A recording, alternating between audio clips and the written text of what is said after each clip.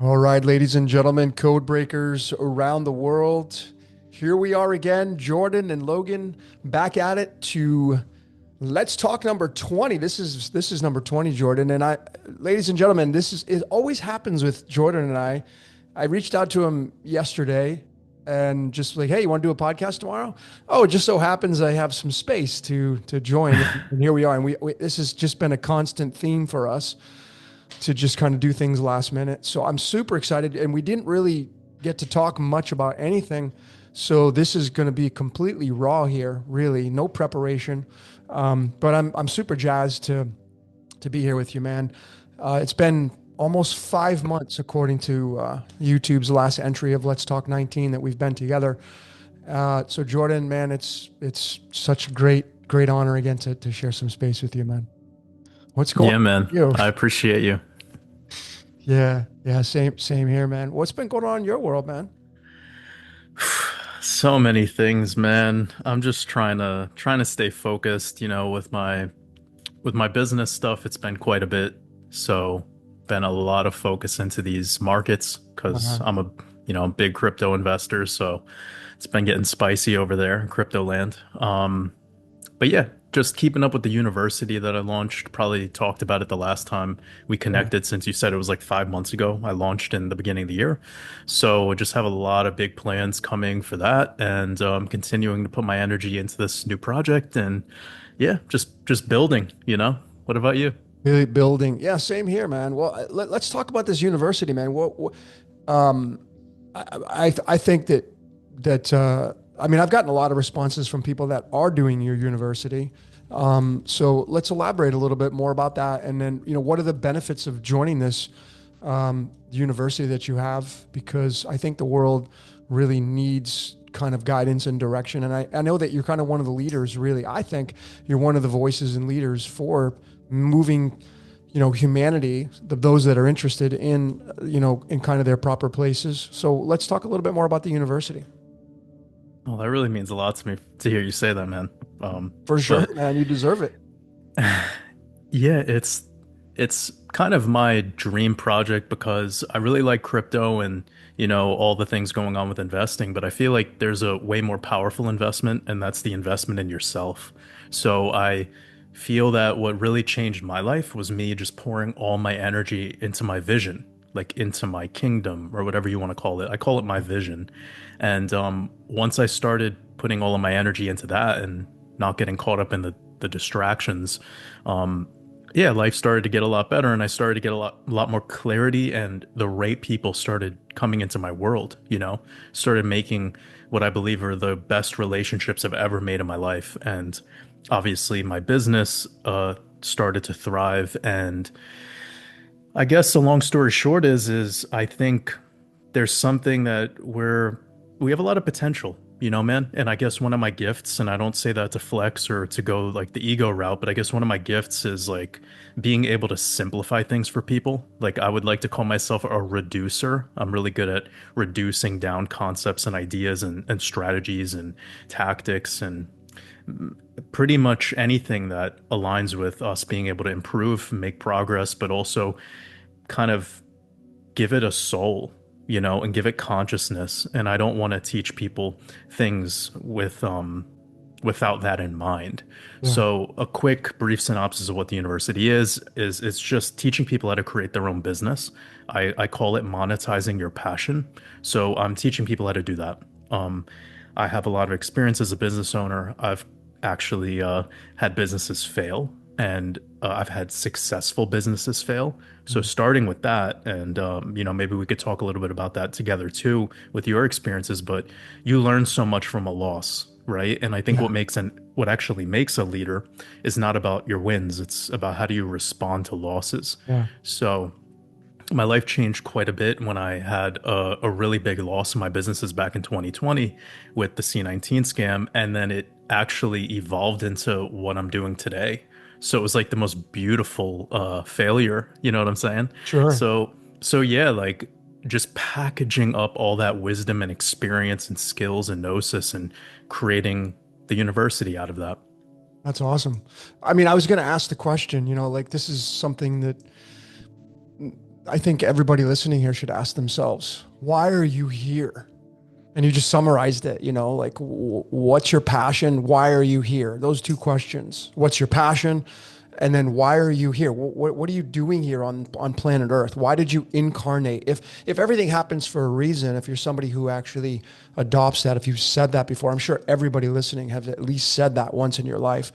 Why are you here? Why is everything happening for a reason for you? So I love this. And, I mean, I've gotten some big positive feedbacks from people that are doing your university.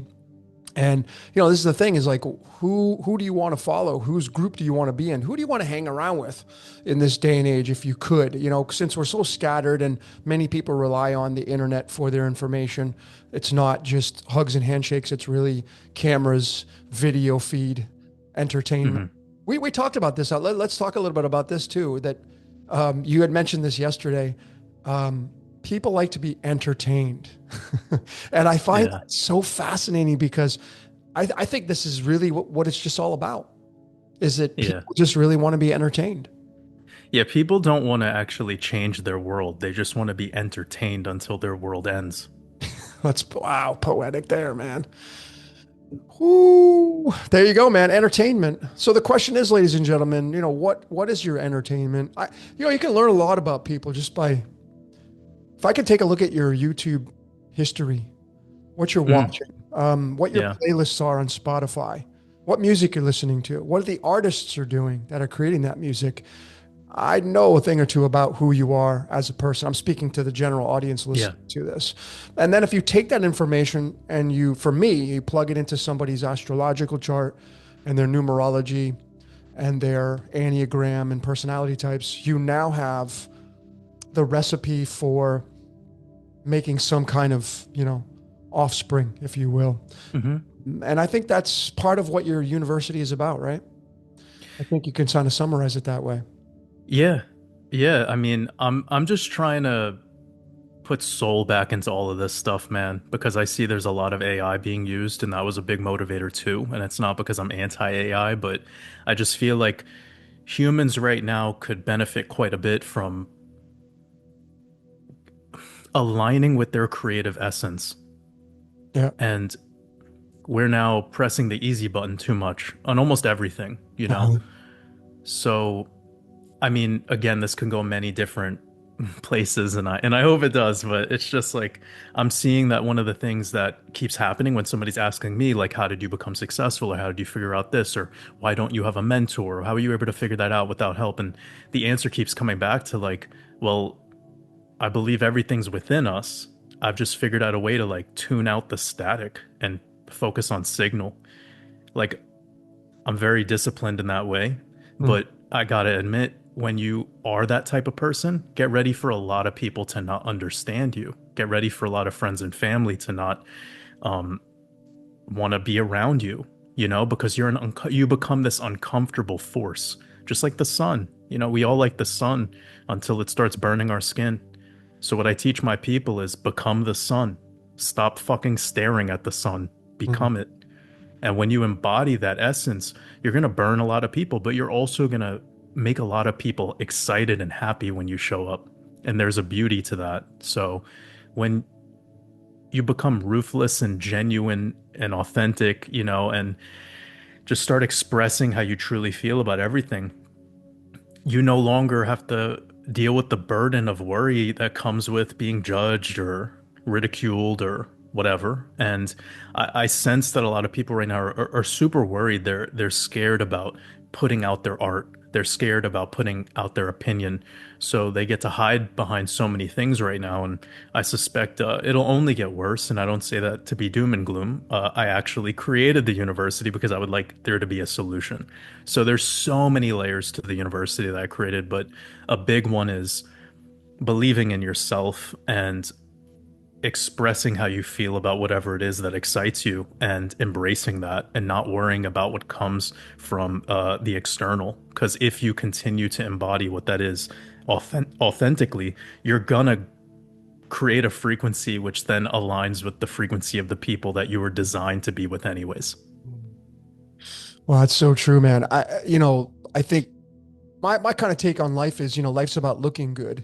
And this is from the great Werner Erhard from Landmark. You know, life's about looking good, and that's what people are in the habit of doing is looking good about doing things. And so I like what you said about kind of getting out of the static and into the clarity, and removing the aspect of forget about what you look like doing it, just go do it. But you got to base it upon what you love doing and being in that flow state. For me, it's about waking up and saying, I can't wait to start my day today. And I know that kind of, is very coherent with what you're doing in your university. Getting out of bed and saying to yourself, man, life's beautiful despite Mm. the chaos.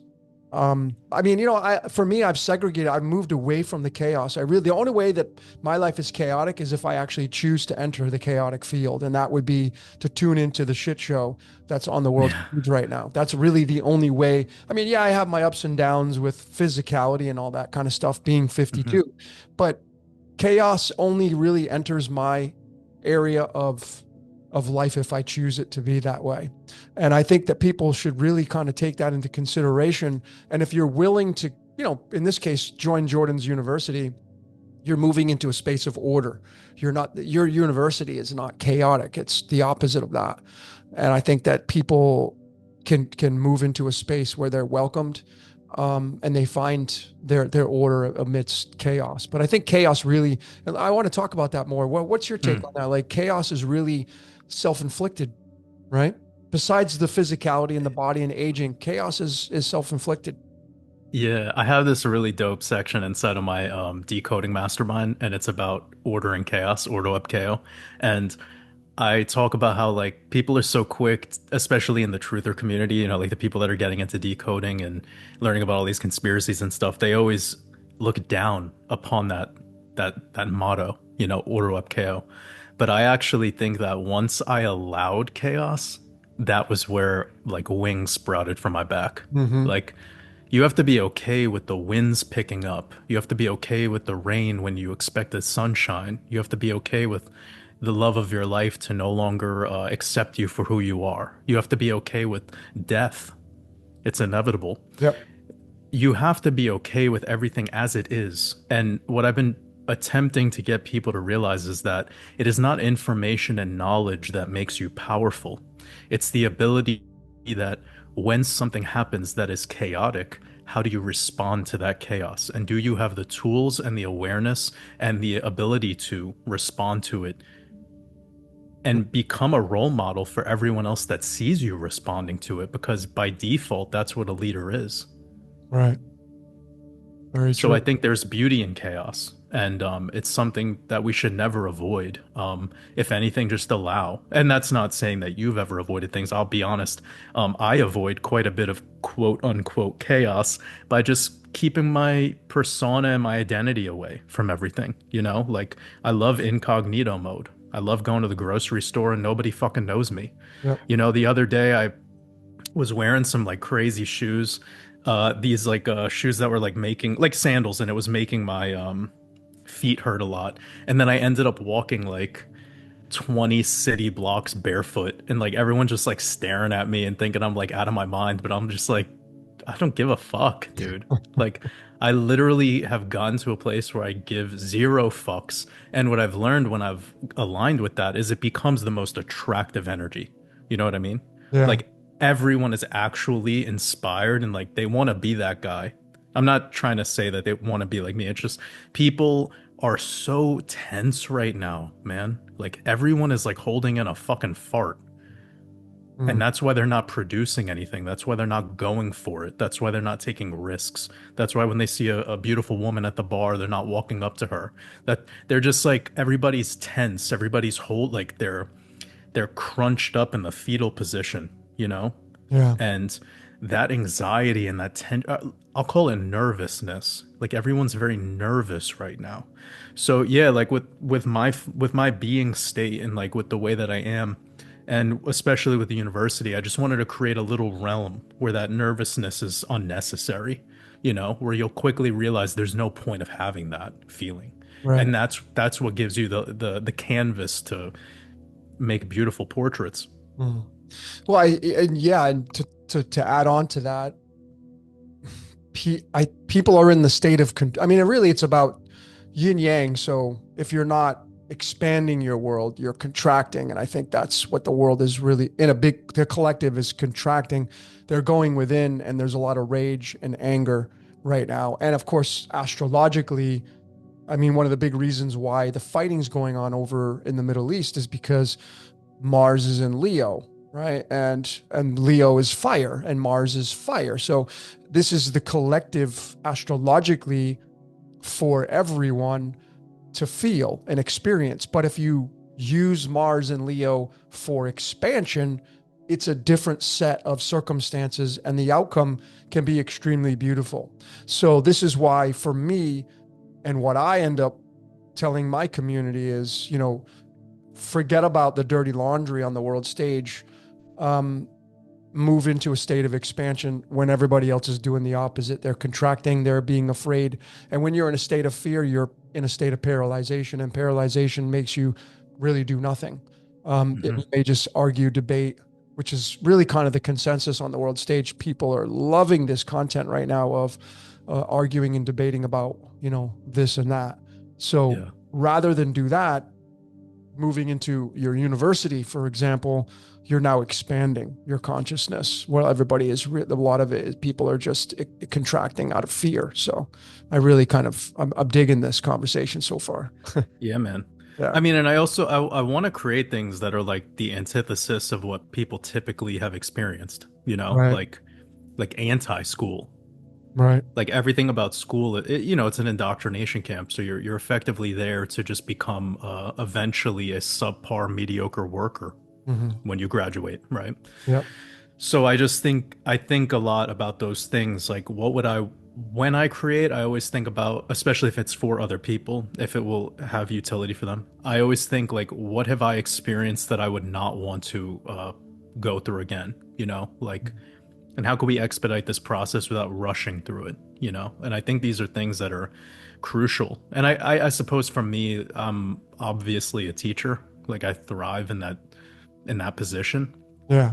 but I'm also learning more about myself and like what I want out of life. And the more I'm vulnerable with my ideas and my thoughts and everything, and I do it with this niche community, like this small group of action takers, there's so much prana that comes from that. There's so much life force to be able to do it with people that actually like care about making the world something or making their world a better place. Mm. And we could avoid all this static that's happening on the world stage. And I guess for me and you as decoders, it's nearly impossible to avoid. When something occurs, everyone wants to know. Like, Logan, can you decode the World War III, right? So, I mean, I get it. I'm doing my best to still allow that and not completely just like say, oh, fuck that, I'm not going to decode anything Yeah. that's happening that's like this.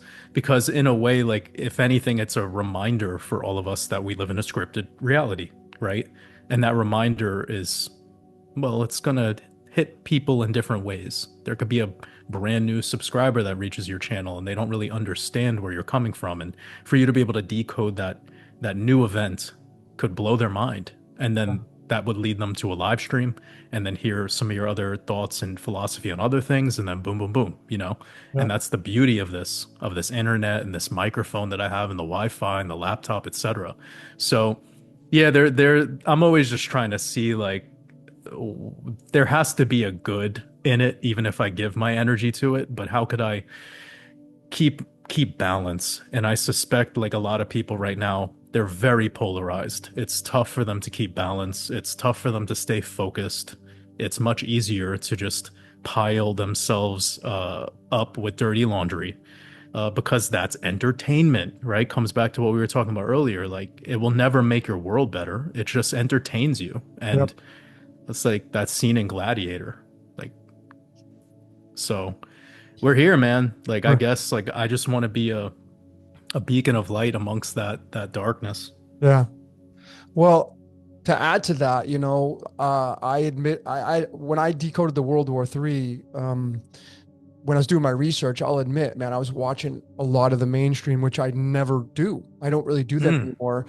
But going into it with a fresh set of eyes, I know it's just a movie, so I don't get polarized with it. But I found myself, honestly, I found myself waking up and be like, oh, I want more. It was like a fix to see what was going on, to see what this person was saying and see what that person was saying. Yeah. And, the thing is the commentary for all the stuff that's going on the world stage is all over the place.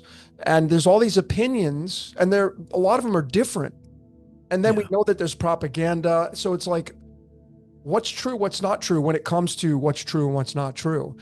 That's Yeah. a tough thing to figure out. And so I found myself enamored by these opinions, yet the opinions are all over the board.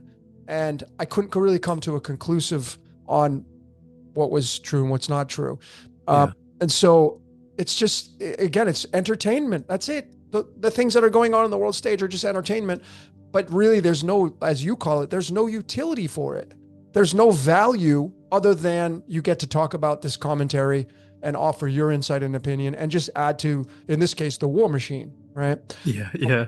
Yeah, and that's so I made it very clear, and I'm kind of bored with it. So I'm like, so now next, what's coming next? And so like Hmm. I have my own course that I'm working on that's about to be released, which is kind of in the same lines, self-help on what you're doing, and it's going to help people find their passion. And I know a lot of people that did your university are going to overflow into what I'm doing, and I feel like that it's a nice bundle for people to really kind of reach a higher state of consciousness. But I want to really talk about why you are so in that space. Astrologically, I think people, they know you, but they want to know more about you. So I just want to generalize this, that first and foremost, your solar life path is the golden ratio, because March 16th, March being the first month solarly, is 1-16, and 116 is the permutation of the golden ratio. And you talked about the sun. That's what I kind of picked up on. But more importantly, that 116 alchemically is the element tin. Tin, element number 50, which has the most stable isotopes out of them all, is tied to Jupiter, Zeus. And Zeus in one's chart means expansion. And where is your Jupiter located at? In the sign of Virgo. And Virgo, we're in the season of Virgo because we're in the year of the snake. And snake is Chinese number 6, and Virgo is astrologically sign number 6. So this year for you is about expansion. And so you release a course, a university, during maybe people would say chalked up to be some of the darkest times of our reality at this point, but yet you've been courageous enough to do it. And again, why I see it is because your Zeus is in the expansion of Virgo. I mean, literally in the heart of Virgo, if you look at your astrological chart, right in their midsection. So this is the greatness about you and why you're doing your passion and you're doing your responsibilities and you're releasing this and you're giving clarity amongst chaos. And I just want people to know that, because and people are going to call this bromance and all that kind of bullshit. But the thing is, I value the bromance, because we're soul brothers, man, and I value that. There's value. I value it beyond words, because, and this is the collaboration, man. I'm trying to collaborate some other great minds, hoping that this can be the case, because I think the world needs the collaboration 100%. for that place. They're looking for their place in this world. So 100%. I think one of the qualities about me is like when I know that there's a problem ahead, or like when there's a tough time coming up, I actually get motivated and inspired. So I knew 2025 was going to be a weird year. So I kind of I thought about that far in advance.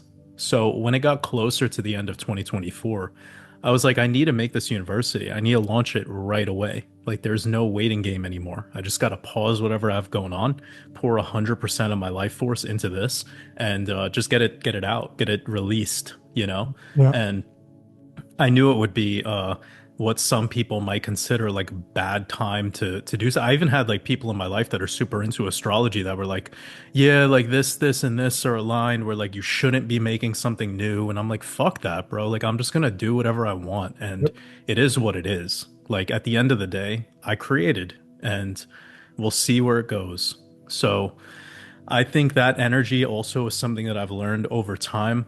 And I hope that the way I carry myself and the way that the way that I express myself right there is maybe inspiring to other people that are thinking like, oh, I can't do this right now, or maybe the housing market's gonna crash, or like I shouldn't travel here because of this thing that, it's like, first and foremost, we are suffering right now because we have too much information. Mm. We have access to too much fucking information, so you're spending so much time analyzing the what Yep. ifs that you never live your life. Yep. So, and I'm in a business model where people want me to determine how the future will go. So you think, imagine me admitting this. Yeah. Like, it's a tough thing to be in my position where people support my art, which is focused on what the future will be like in the markets, world stage, etc. So, but I hope they see that I'm trying to stay neutral and I'm trying to not make it overly important, because there's way more important shit about life. And if you're a millionaire but you don't have all the other things figured out, then you're just a guy with a fucking $1 million. Yeah. Congratulations. Yeah. I'm not sure how much that's going to help you. If anything, it might burden you more. It might be a sharper shovel to dig up the dirt to your own grave. A lot of people aren't supposed to get that amount of money. That Sure. might be controversial for people to hear, but I think you probably resonate with that, right? Like, some people, they're just not coded to have a monetary abundance. They're coded to have different forms of abundance, relationships, skills, Yep. etc. Yep. That's the value in inner stand, like knowing, like this, the age of Aquarius is I know thyself. So Pisces was I have faith and I believe. We're moving away from that age into I know myself. And so the only way you can know yourself is to remove yourself from the old ways, the old aeon of Pisces. And that is a tall order because people are accustomed to doing what mom and dad did. We look to see how they live their lives. And it's not the same anymore. So the transition can be challenging, but I think it's very beautiful. And to add on to what you're saying, what makes you so amazing as a human being, astrologically, besides Virgo being occupied by Zeus and the expansion of what it means to be a human being and whatnot, your Mercury, your planet of communication, the way you think, is literally sitting in the pouring of the water in Aquarius. Your Mercury sitting in the spout of the water coming out of the urn that's being turned over by Aquarius, which means that you are here to pour out information based upon the thoughts coming into your mind. You're not here to leave them contained within your own vessel. You're here to give them to humanity. And being that your sun is in Pisces along with Venus, you're really here to be that. You're on that mystical journey, but you want to share that love with everybody else. As somebody who was born in the age of Pisces, moving into the transition of Aquarius. And Mm. that's what makes you great. And that's the value that you bring to the world stage. On top of that being the seven of diamonds. And, that is kind of the in between the material and the spiritual. And I know you feel that. It's like what value that you give to the monetary side of life can be challenging to having to let go to some of that to reach your spiritual enlightenment in Hmm. ways, right? So you kind of like in between those two areas. But I think what's important is what you said is that not everybody's here to be wealthy. I've done enough Monetarily, yeah. readings. Monetarily, I've done enough readings over the years. I've done millionaires, I've done even billionaires, I've done readings for, and I've done Hmm. it for people that are not anywhere close to that status. The question is really, what is it that you want in life beyond the programming of what you were raised up in? Because Right. society raised you in a reality where, especially if you're born in the United States, you want to become a millionaire. You want to have status. You want to be on television. Well, you already are, but not Yeah. everybody's here to be watched by everybody else. And I think that's kind of we need to get over that consensus is that, Mhm. you may not be somebody that's going to be in the limelight, you know? So it's important to know your code, folks, really. And the simplicity of it, really, you don't really need to, if you're not somebody who wants to study astrology and numerology, you go do Jordan's university, you're going to find that when you do what his course is going to teach you to do, you're automatically going to be in the flow state of your astrology and numerology. You'll go back and you'll start to reverse engineer and you'll be like, holy shit, this is exactly what I'm supposed to be doing. Yeah, because it's called your passion. That's Right. really what it's all about. Yeah, like the ego is a very powerful thing. And I think when we kind of break free from that old patterning, that old programming, we start to see that like there's this exciting new world that we could enter, but everything that's exciting is also a little bit scary, right? Sure. So I suppose like my methodology is chase what excites you, but when it's giving you resistance, it's because you're not ready for the next level. Mm. But what you have to be able to do in that moment is don't get discouraged that you're not at the next level yet. Realize that whatever you're about to go through in the now moment is exactly what you need to go through in the now moment. Yep. So this is coming back to the accepting of failure or being okay with the concept of loss, because all loss is an opportunity for you to win more, you know? And it's kind of lame to just put it into the duality of winning and losing, but I'm just trying to speak so that everyone understands where I'm coming from. You know, it Sure. doesn't need to be this super philosophical concept. So, yeah, like one of the things that is kind of interesting is I've always been excited about astrology, but I've never been as passionate and as interested in it as like you are, right? So it's so cool to meet people who have these passions and these other things. It's what makes the world so beautiful. And I think that's what we need to continue to do. And actually, we don't do that. Typically, we try to find people that have the same exact interest as us. And then it just becomes this like, yeah, it's like dating somebody who's exactly like you. Like that's not good, guys. Like they're not able to sharpen your sword. Like you always want to be surrounding yourself with people that sure you have at the end of the day there's some concepts that you align with, but the point that I'm making is like we're here to learn from each other. We're here to build together. And if you wanted to build a house, you wouldn't get too far if all you had was roofers. Mm. Hmm. Interesting concept. Very true. Yeah, you want that roofer to go install your electrical. Good luck with that. Yeah, like you're not going to build a house when 100% of the people building it are plumbers. Yeah. You get what I hope that clicked for people who weren't like tracking. Great Like my analogy. yeah, like I want to surround myself by everybody. I want to be friends with the plumber. I want to be friends with the roofer. I don't want to be friends with a bunch of gematria people or Yep. TA crypto people. Like Yep. fuck that. Like we're not going to be in a band together if everyone's playing guitar. I That's need a right. drummer, I need a singer, I need and that to me is something that I'm lucky that I'm actually because my number one passion was music, or it still is, having that awareness of like what it's like to create something that has balance and bringing that concept into the philosophy of making business, Yeah. you know. I try to say making business, not making money, because I think that's a lot more empowering Mm. and it's truth. Mm. So, little word hack for everyone who, want to make some breakthroughs. Stop trying to make money. Yeah. Like making money is a dead end. Yeah. Well, that's Like, the mint. That's the United States Mint. They make money. yeah. So I know this could go in many different directions, but I've been feeling that a lot lately that and I don't bring that up to create any like disharmony in other people in their friend groups. It's just I realize that that's the case. Most of the time, like people want to hang out with somebody that they like football and they like going to the pub. So the whole like relationship with you and that other person is screaming at a television after drinking 3 Guinnesses, and it's just like what did you guys build together? Mm. And when you're surrounding yourself with people that have those different skills, that have that different thing to bring to the band, then you're forced to building together. Mm. Like if I have a conversation with you, Logan, and we know because I've spent time with you in person, I don't play your sport. Right. You play a different sport than me, but like we're at the end of the day, we're still athletes. Yeah. It's just like you're a king at what you do, you know? I am like a bishop at the thing that you do. And I'm okay with that. I love that I'm not at your level with what you do because I get to learn from you. Sure. So we need to make room for that, guys. Like you need to make room for there to be somebody who specializes in something that you don't, and then observe them, witness them.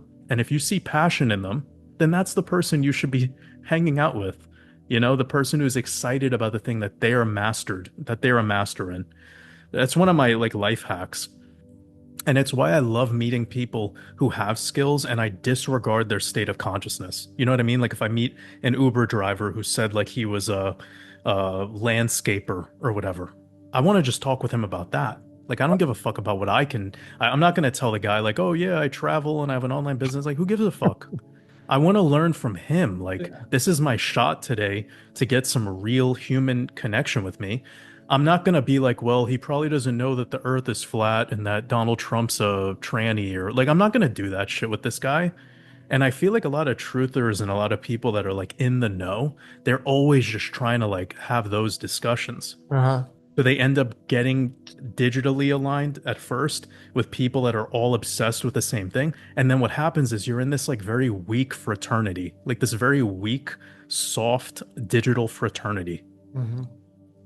I know this is going to make so many people mad right now, but it just needs to be said. That's why I think a lot of And hey, people are shut. disruption, man. You know, I mean, I think there's a lot of value in the disruption. Yeah.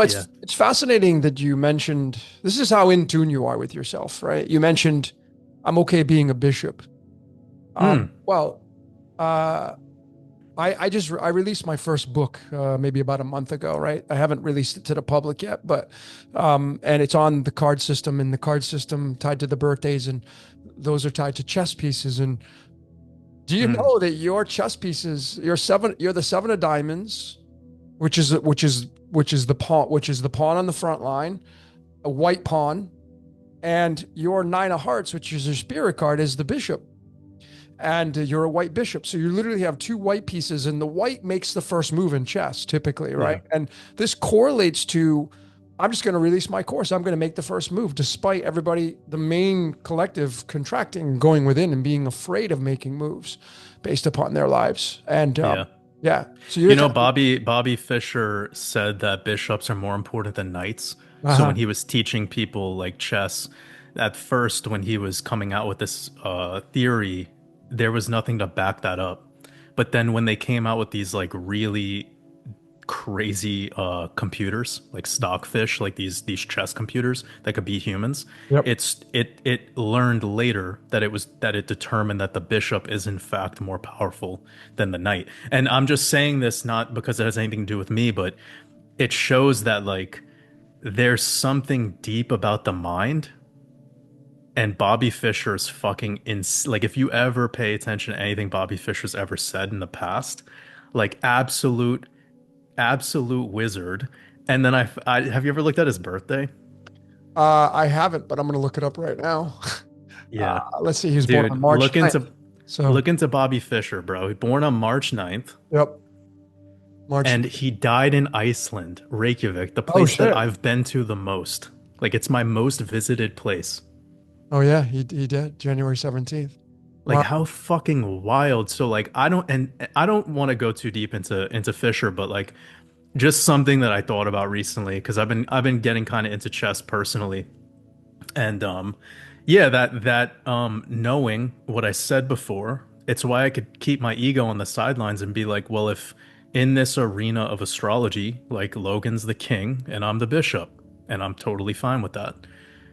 In tandem, we're both very powerful, you know? For sure, man.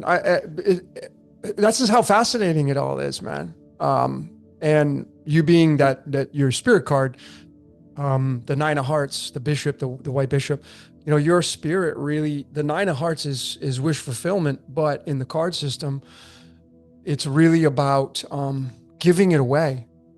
Because you have your complete wish fulfillment, and a large portion of that is to give it away because you have everything coming in. And when you get into that flow state, which is, I know you love being in the flow state, um, the more you give away, the more you get. In this, if for you personally, this is not for everybody, but for you, Yeah.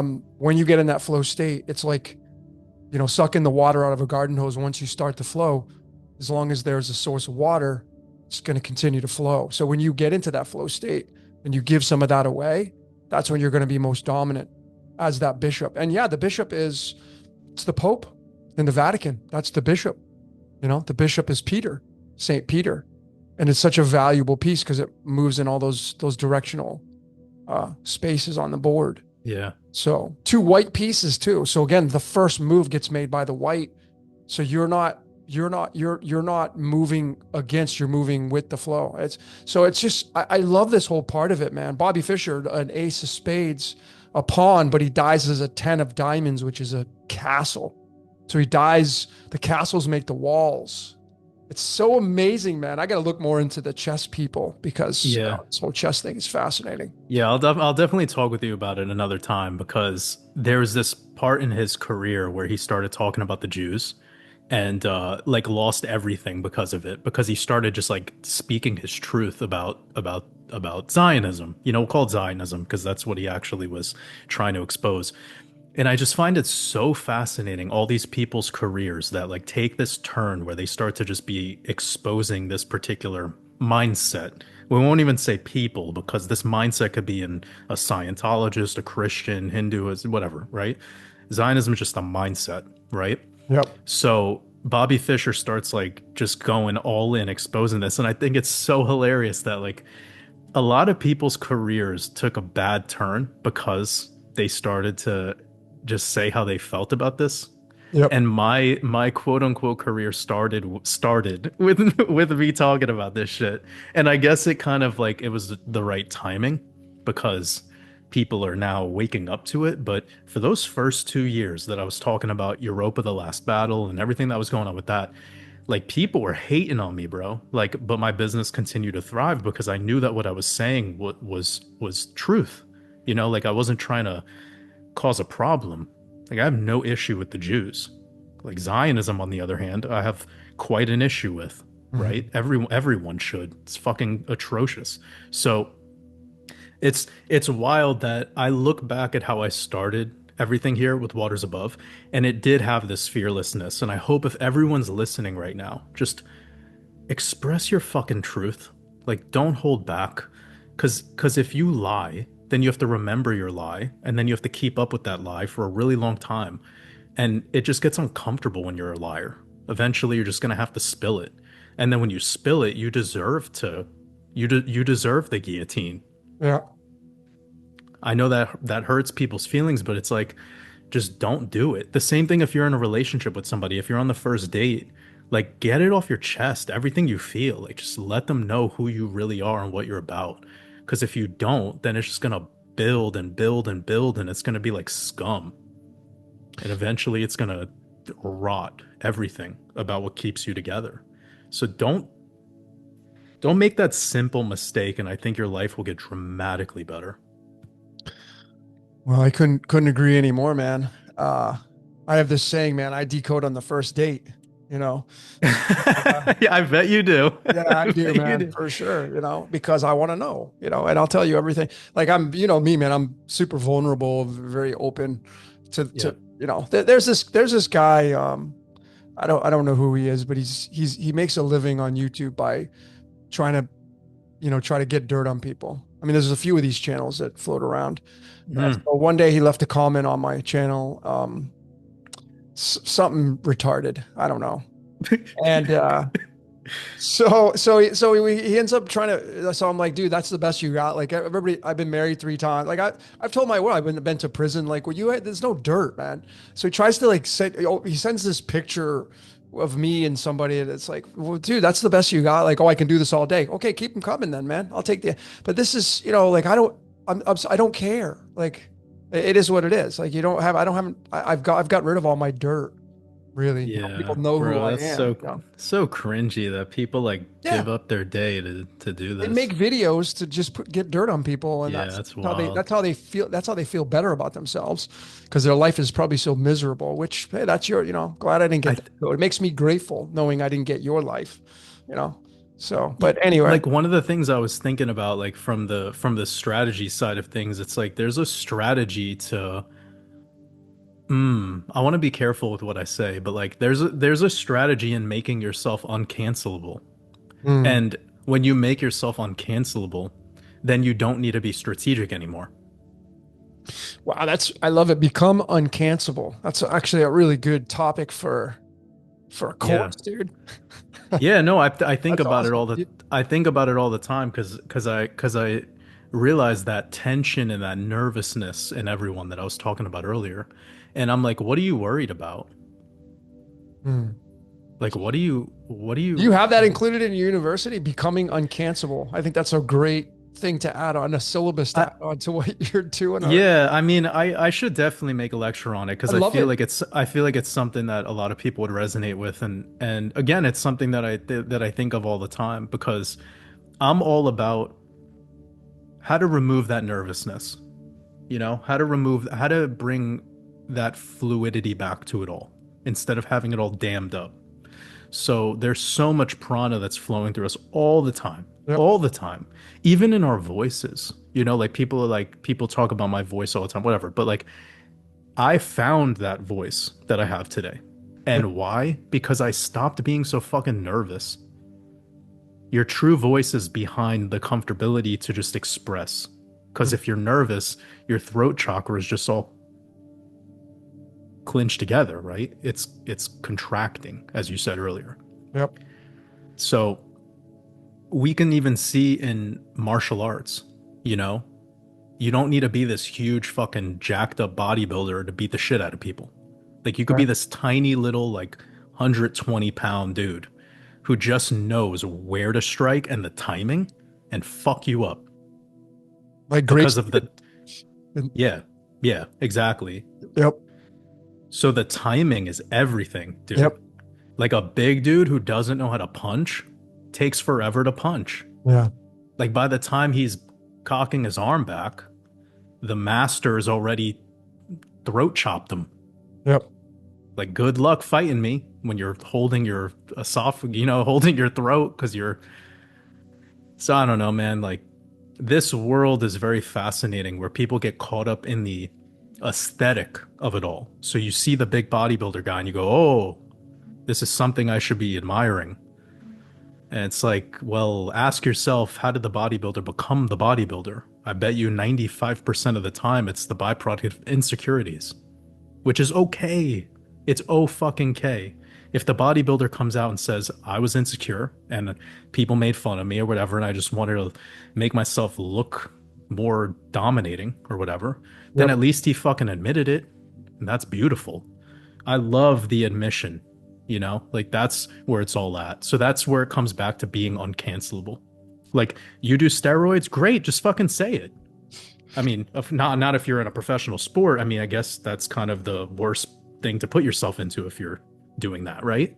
Yep. But like, look at the Liver King situation. I think it's great. And I try to stay out of the world stage, but he's fascinating because in my work, I talk all the time about health and wellness. And I'll wrap this up in a second.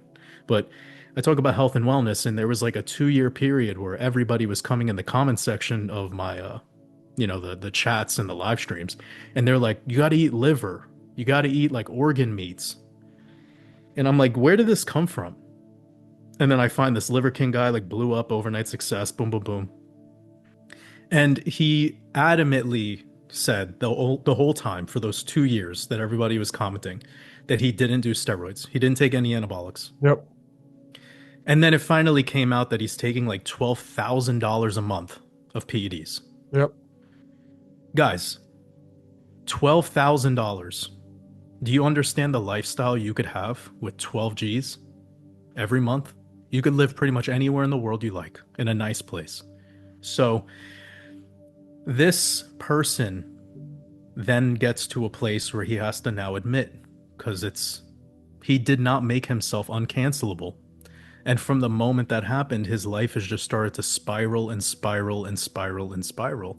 And I don't like to see that. Like I'm not that guy that's like, I'm glad he fell.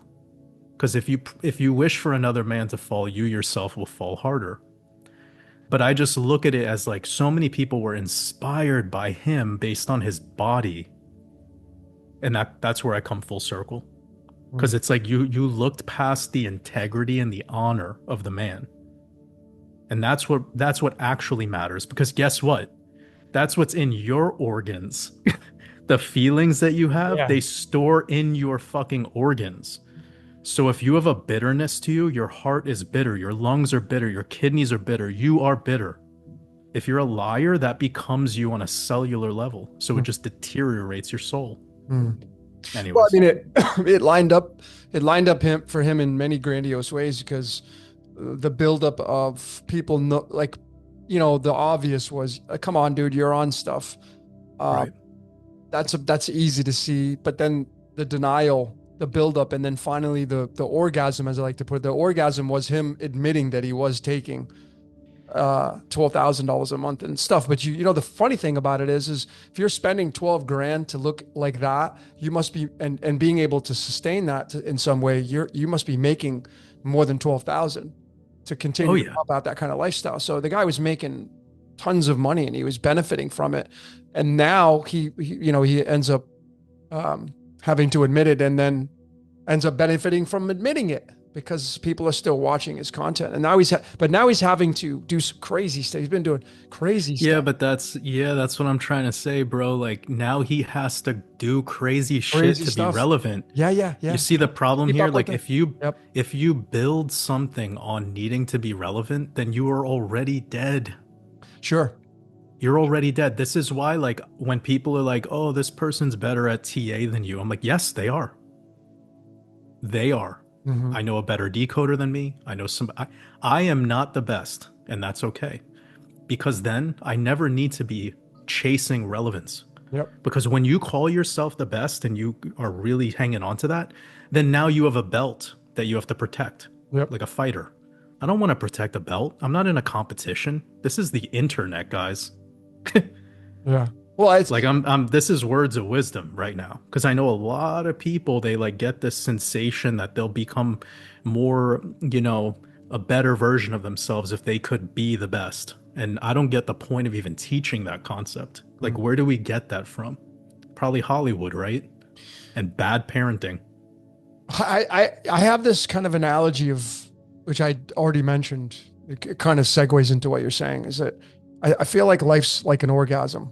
Like life is all about sex. It's really, and so what I mean by life is about an orgasm is that you have this buildup. It's like if you ever watch a show, if you ever watch like an 8-part miniseries show, that's the orgasm, which the orgasm's at the eighth episode, right? It's the buildup from episode 1 all the way up to episode 8. And then people are, once you release the orgasm, you're like, oh, but you want more. Now you're chasing, like, oh my God, I want to go back to episode 1. There's no more. The series is done. People want another series. And that's what life is. People look for, especially you mentioned wrestling. These wrestlers, WWE, they're Mm. after the belt. They want to Yeah. get the belt. They want to get the world title. The world title is the orgasm. Once you get the world title, now you have to defend it. But at the same time, people, when you lose it, you try to get it again. So it's chasing the orgasm. I think that's what life is all about. Same with having a shot of whiskey or a glass of wine. Once you get that buzz, you chase it. You chase it with another one. You don't want to lose it. You don't want to lose the belt. You don't want to lose the title. You're afraid of being normal in a world full of, outside Yeah. normalcy. Yeah. Yeah, it's like we're ignoring the bell curve. Yeah, totally. Like the plane has to land Yep. after taking off, Yeah, guys. yeah. Like you don't just like fucking go in the sky and you're like up there forever. Like I bet you if I like did a social experiment, right, where I'm like I'll pay this fucking pilot after we get in the sky, we'll tell everyone, "Okay guys, we're now going to float up here for the next 24 hours." Everyone would be like, "Get me off this fucking Yeah. plane Yeah. now." Yeah. But when you want to become rich and you make a X amount of dollars, and then now you just want to stay in the sky forever, and that's why people never become wealthy. Yeah. So what I studied about wealthy people is they make a certain amount, just enough to cover like their living expenses and maybe some like safety, blanket, and then all the excess they go invest that again. They purposefully land the plane for a moment to get out of the sky because they know that that's the only way to grow. Yeah. Just like Mother Nature, she doesn't just like make apples forever. There's a harvest, there's a bunch of apples all at once, and then that's it. You're fucked. That's the orgasm, man. Mother Nature making the apples. That's the orgasm. The buildup of that is the penetration and going in and out. I'm not to get too graphic, but that's just Yeah, really yeah. what it's all about. I've been thinking, I've talked about this a lot when people bring up the concept of happiness. So I say that happiness is like taking a shit. Oh, Happiness is like when you really need a pee and you get to a toilet. That's all happiness is. Yeah, yeah. So when they tell you the pursuit of happiness, this is already a trap. You shouldn't pursue happiness. You should pursue life. Life has taking a shit. Life has pissing. But life is also in that state of awareness that it's just this moment and it moves on, right? Yeah, yeah. Past the orgasm, you're going to go to sleep. All right. Yep, yep. So when you put all of your energy and value system behind the orgasm, which is what you were just talking about, or behind this concept of happiness, then you're already setting yourself up for failure because the program language isn't designed based in the concept of life. It's designed in this very binary. Yeah, it's a conundrum. I Sure. sense that why a lot of people aren't happy is because they're actually chasing happiness. Yep. But this is like putting a value system on the next piss you're going to take. Like, why are you doing this? You don't do this. Therefore, why do you do this with this other aspect of you? And I know a lot of people, when they hear me say this, they laugh and they're like, oh, but then it clicks. Like maybe it takes an hour, maybe it takes a day. But the point here is that, like, don't turn your passion into the 8-part Netflix series. Hmm. Don't fucking do that. And that's the main teaching behind Waters Above University is fall in love with the process. Script the outcome and fall in love with the process. And always practice over perfectionism. We do not strive to be perfect. We strive to practice. And the more practice, the more flow state, the more life force. So true. I mean, if you use the concept of someone that does, you ever rock climb before? No, but like that's something that I will definitely get into at some time in my life. Like Yeah, I could see it. I could see it. yeah, it's so cool, man. Like It's amazing. it is, man. And you know, those people that rock climb, the value is climbing the rock, man. When you get to the top, man, the journey's over. And then you're like, oh, okay, I'm going to go to this mountain. I'm going to climb this mountain. So it's so true in what you said, because once the orgasm is getting to the top of the mountain, the buildup is climbing the rock, the face, the buildup and Yeah. buildup and buildup. And then you get to the top and it's like, oh, I did it. And now you're chasing that. So the amount of time that the orgasm lasts is nothing in comparison to the buildup of the orgasm. So that's the thing, is when you get in the flow state, which is the buildup, you're free, you know, because you're going to chase the orgasm, but it's all about the in between, the journey of getting there, not the climax. The climax, it's like, you know, winning the title is the climax.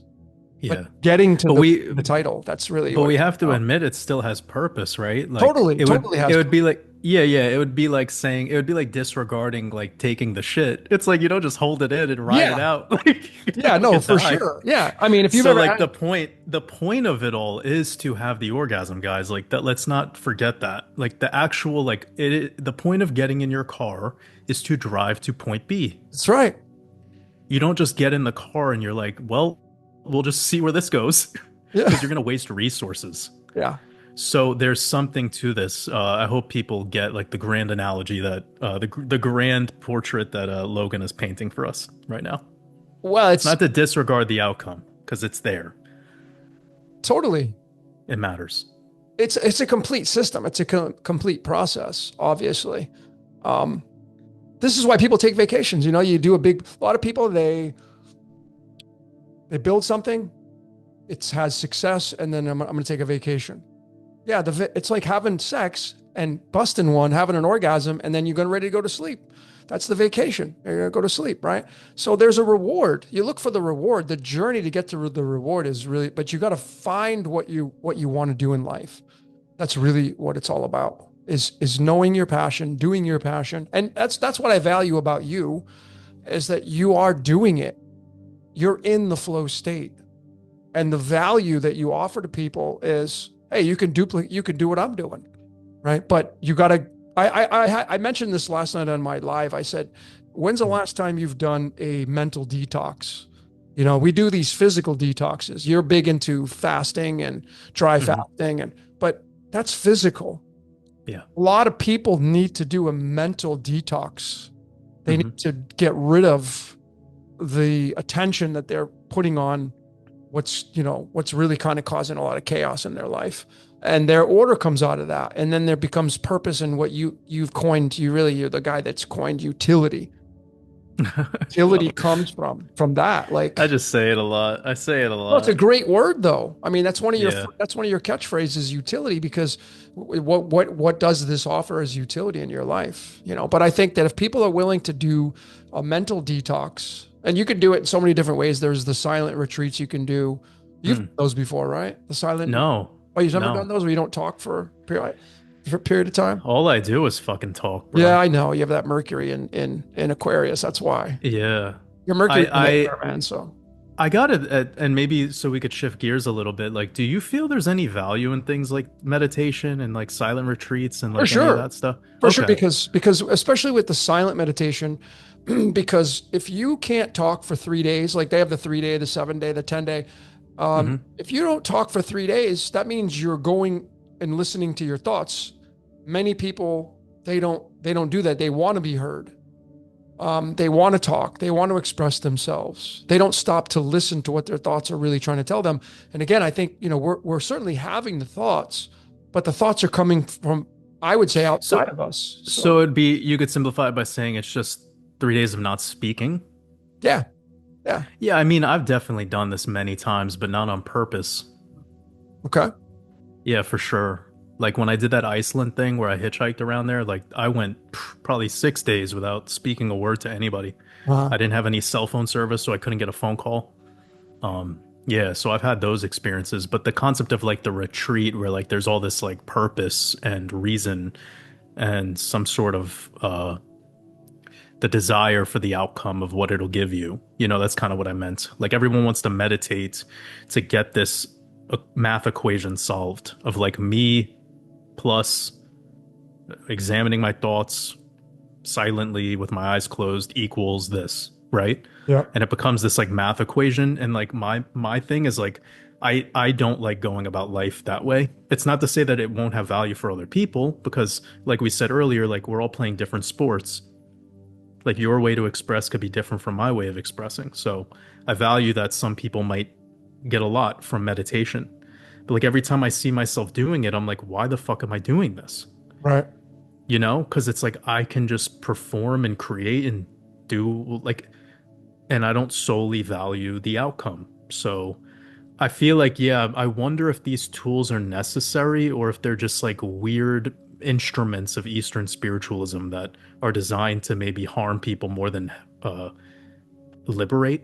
But that's not me trying to just be controversial for no reason. I'm just using my mind. I'm exploring ideas and I'm thinking. Like, does meditation actually have any value, or is it the story and the programming that comes from all the past experiences from different yogis or shamans or whatever? Is that what we value? You know what I mean? Mhm. Like, I'll give a very quick example. Study the way like Muhammad Ali or Joe Louis would train for a fight. They would chop fucking wood. You Right. see modern boxers chopping wood? Mhm. They're like on in med beds and got all this tech connected to them and all this shit. Eating like perfect food. Like Muhammad Ali was probably eating white Wonder Bread sandwiches. Mhm. Greatest of all time. Yeah. So we could like today's tactic would be like, oh, you got to do this, this, and this, and this. It's the same thing I'm hearing like the prescription of yoga or the prescription of meditation or the prescription of even psychedelics. Am I Mhm. making sense? No, completely. I mean, this kind of segues into, here where I live in Mexico. It's really funky. The power just goes out randomly, and it happens. It goes in spurts. It's one Yeah. of the things that can be an inconvenience. Um, and when it does go out, sometimes it goes out for hours. And I'm so accustomed to using my electricity to Hmm. do my life. That when the power Right. goes out, I'm like, what am I going to do now? Because I don't have the computer. My cell phone, yeah, I can use my cell phone. I'm not even on one of those big plans. So my data is like only 2 GB a month because I'm mainly on the internet all the time. So I don't really Hmm. need to have the unlimited plan. So I don't really, so I'm like, I'm not going to go to that. So I could grab a book and read a book, or I can go to the beach, or I can go ride my bike and get out into nature. So it's like when that shifts, it makes me shift. It forces Hmm. me to use a different set of circumstances in my life. But I've thought about this so much, and I postulate this question to the audience here. You know, if the internet completely got removed from our entire world completely forever, what would you do with your life? You know, and I've thought about this myself, and I've mentioned this to my audience many times. You know, I already have plan B on what I would do as a like if I didn't have Dakota, if I didn't have code breakings that I could do with the computer, there would be a big chunk of my life taken away from me. If we didn't have the internet, what would I do with my life? Yeah. And that changes a lot of things for people because we spend so much time in front of the cell phone or computer now, or the Kindle. You know, moving Yeah. into this digitization. You know, it really changed for me, Jordan. I went to LA. I went to LA back in April, May, Hmm. maybe I can't remember. And I got into one of those Waymos, the self-driving cars. Oh no. Yeah, Yeah. yeah. Okay. Because I wanted to see what it was all about. Okay. So glad I did. And I think we Sure. could kind of shift into Hmm. what we did talk about what's coming on the world stage. Um, so I got into this Waymo, and it's like, you know, it says your name, you know, but it was really funky just driving down the street. And it's very, have you been in the Waymos? No. It's super cautious, man. It drives, it's kind of annoying. Like it's Yeah. very cautious, Sure. you know? Yeah. Yeah. Like anything moves and it stops, you know? So I think it takes a little longer. They'll become more efficient. But I thought to myself, man, that like in China, they have the flying cars, I think, over there. So like this is what we're moving into with the age of Aquarius, man. And Yeah. this is exactly what the age of Aries looked like when they moved into the age of Pisces or the age of Aries. They were fighting with their swords, and the age of Pisces comes in, and they're like, no, you got to drop your sword because we got the churches coming in. You can't do that anymore. I'm not dropping my sword. What are you talking about? I think that's what's happening now is people, Yeah. I don't want to drop my faith in salvation. Well, I don't want to do this. I don't want to do that. I don't want to drop my borders, but I like my books. You know, Yeah. I just, Yeah. I love my horse. I love my horse. Well, we got cars now, dude. Well, and now, so it's like I love driving my car. Well, we got self-driving cars now, Yeah. and we can even talk about this. Even my friend Roel sent me this video, which I haven't really watched yet, but it was on Jeff Berwick, the event I did in Acapulco. Jeff Berwick. It's called the Technocrat Transhumanist Agenda, and he goes to this doctor. I haven't watched it fully yet. He goes to this doctor, and the doctor's basically saying everybody has nanotechnology inside of them already. Yep. Whether or not you took the shot, you Hmm. already have nanotechnology inside of you. Yep. Everybody. And why? Because we've been breathing it in, eating it, consuming it, drinking it. And what is the nanotechnology inside of you going to do? Hmm. Preparing you for the age of Aquarius. Yep. And it's here, man. And you know, you and I have had done many podcasts on what this world's moving towards, the inevitability. Hmm. And are you prepared mentally for the inevitability? A lot of people are still in that state of, I'm not going to throw my sword down. Right. What's your take? Well, what are your feelings on this? Because you and I, we've been talking about this. Like it's here. It's here now. Yeah. Yeah. Yeah. I mean, it's the conversation that needs to be had, and it's funny, like with the university, it's one of the first things I say on the website, watersabove.university. If you go there, it just says in like the first fucking paragraph, it talks about things like AI. And there is a lot of AI stuff on my mind because I'm aware of what we're working with here. Like I've studied man. I've rubbed, elbows with. I've had so many conversations with so many people around the world. I've had so many clients at this point. Like I know what we're working with here. It's a grand experiment. So coming back to this nanotech thing, I've also touched on it several times when it comes to this stratospheric aerosol injections. People call them chemtrails. So that nanotech is in that. Well, whether you're doing biodynamic farming or organic, like it doesn't matter, man. They're spraying that nanotech all over us. So I have a theory though that I want to quickly share before we explore my opinions.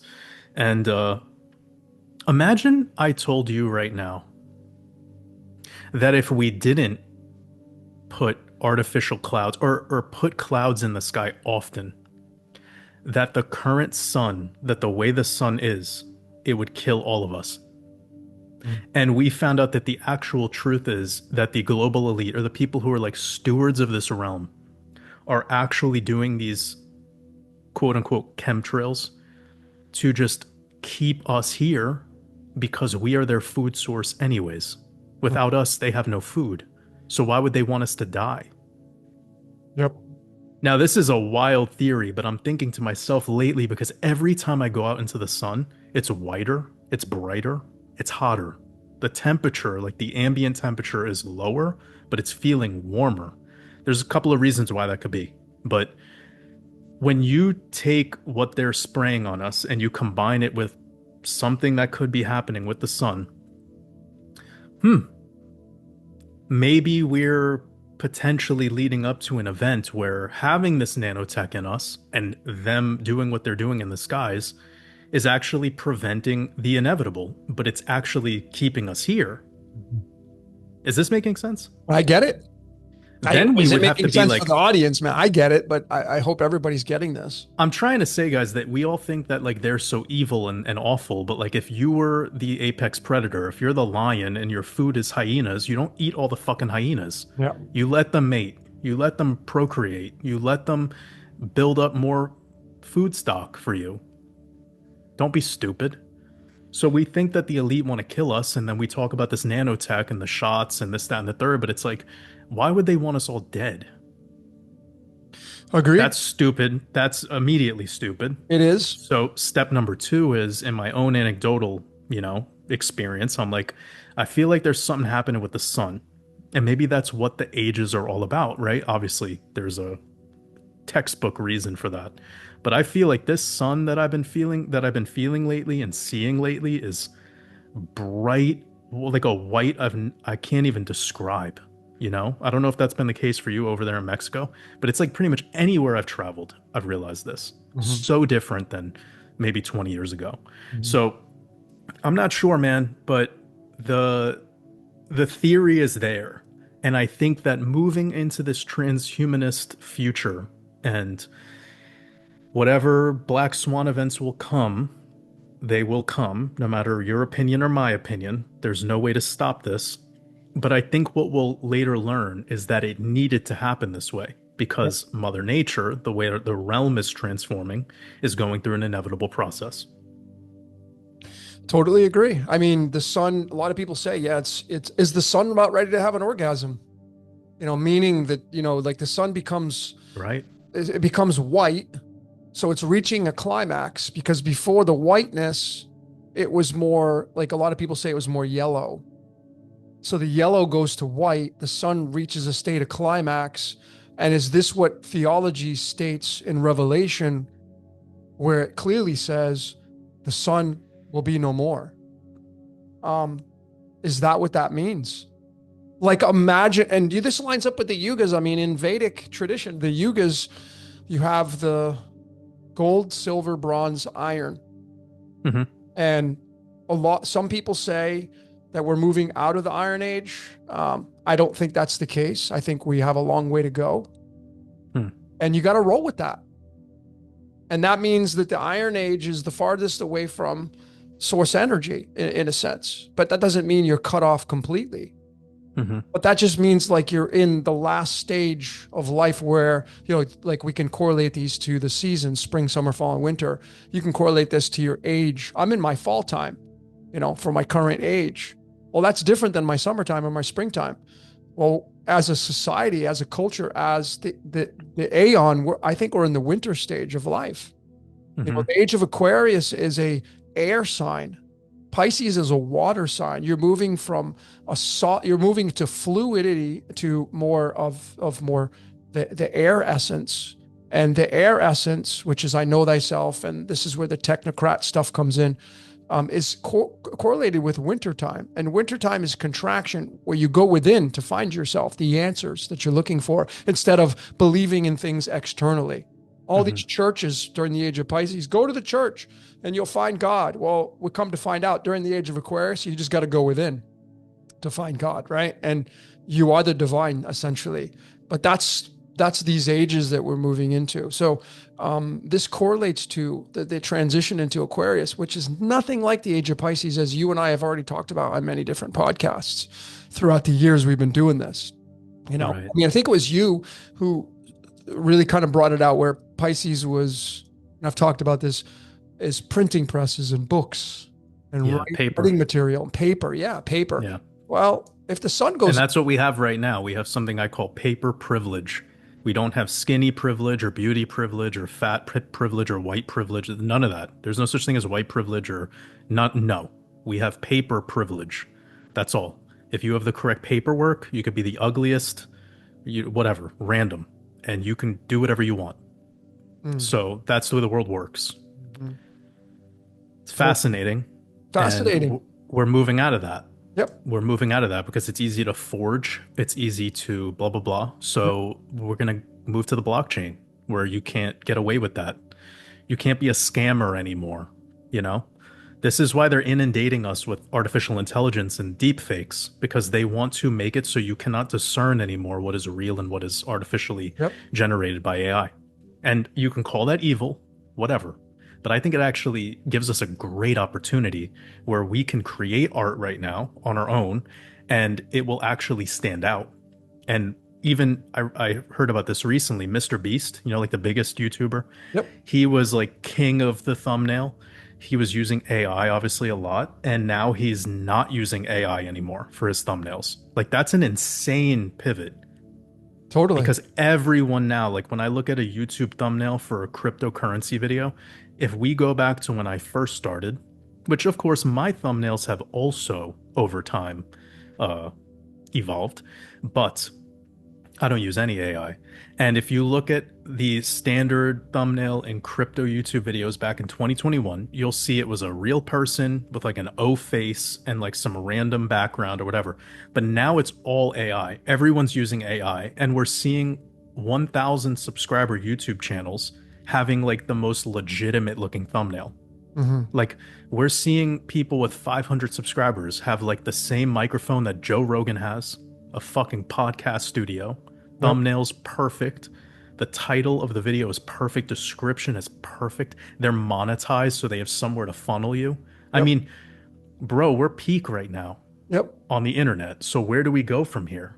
I mean, it's going to be fascinating. And I think that actually everything I said provides, it's a landscape for so many opportunities. I actually want more people to use AI because it just allows for my work to stand out more. And it does.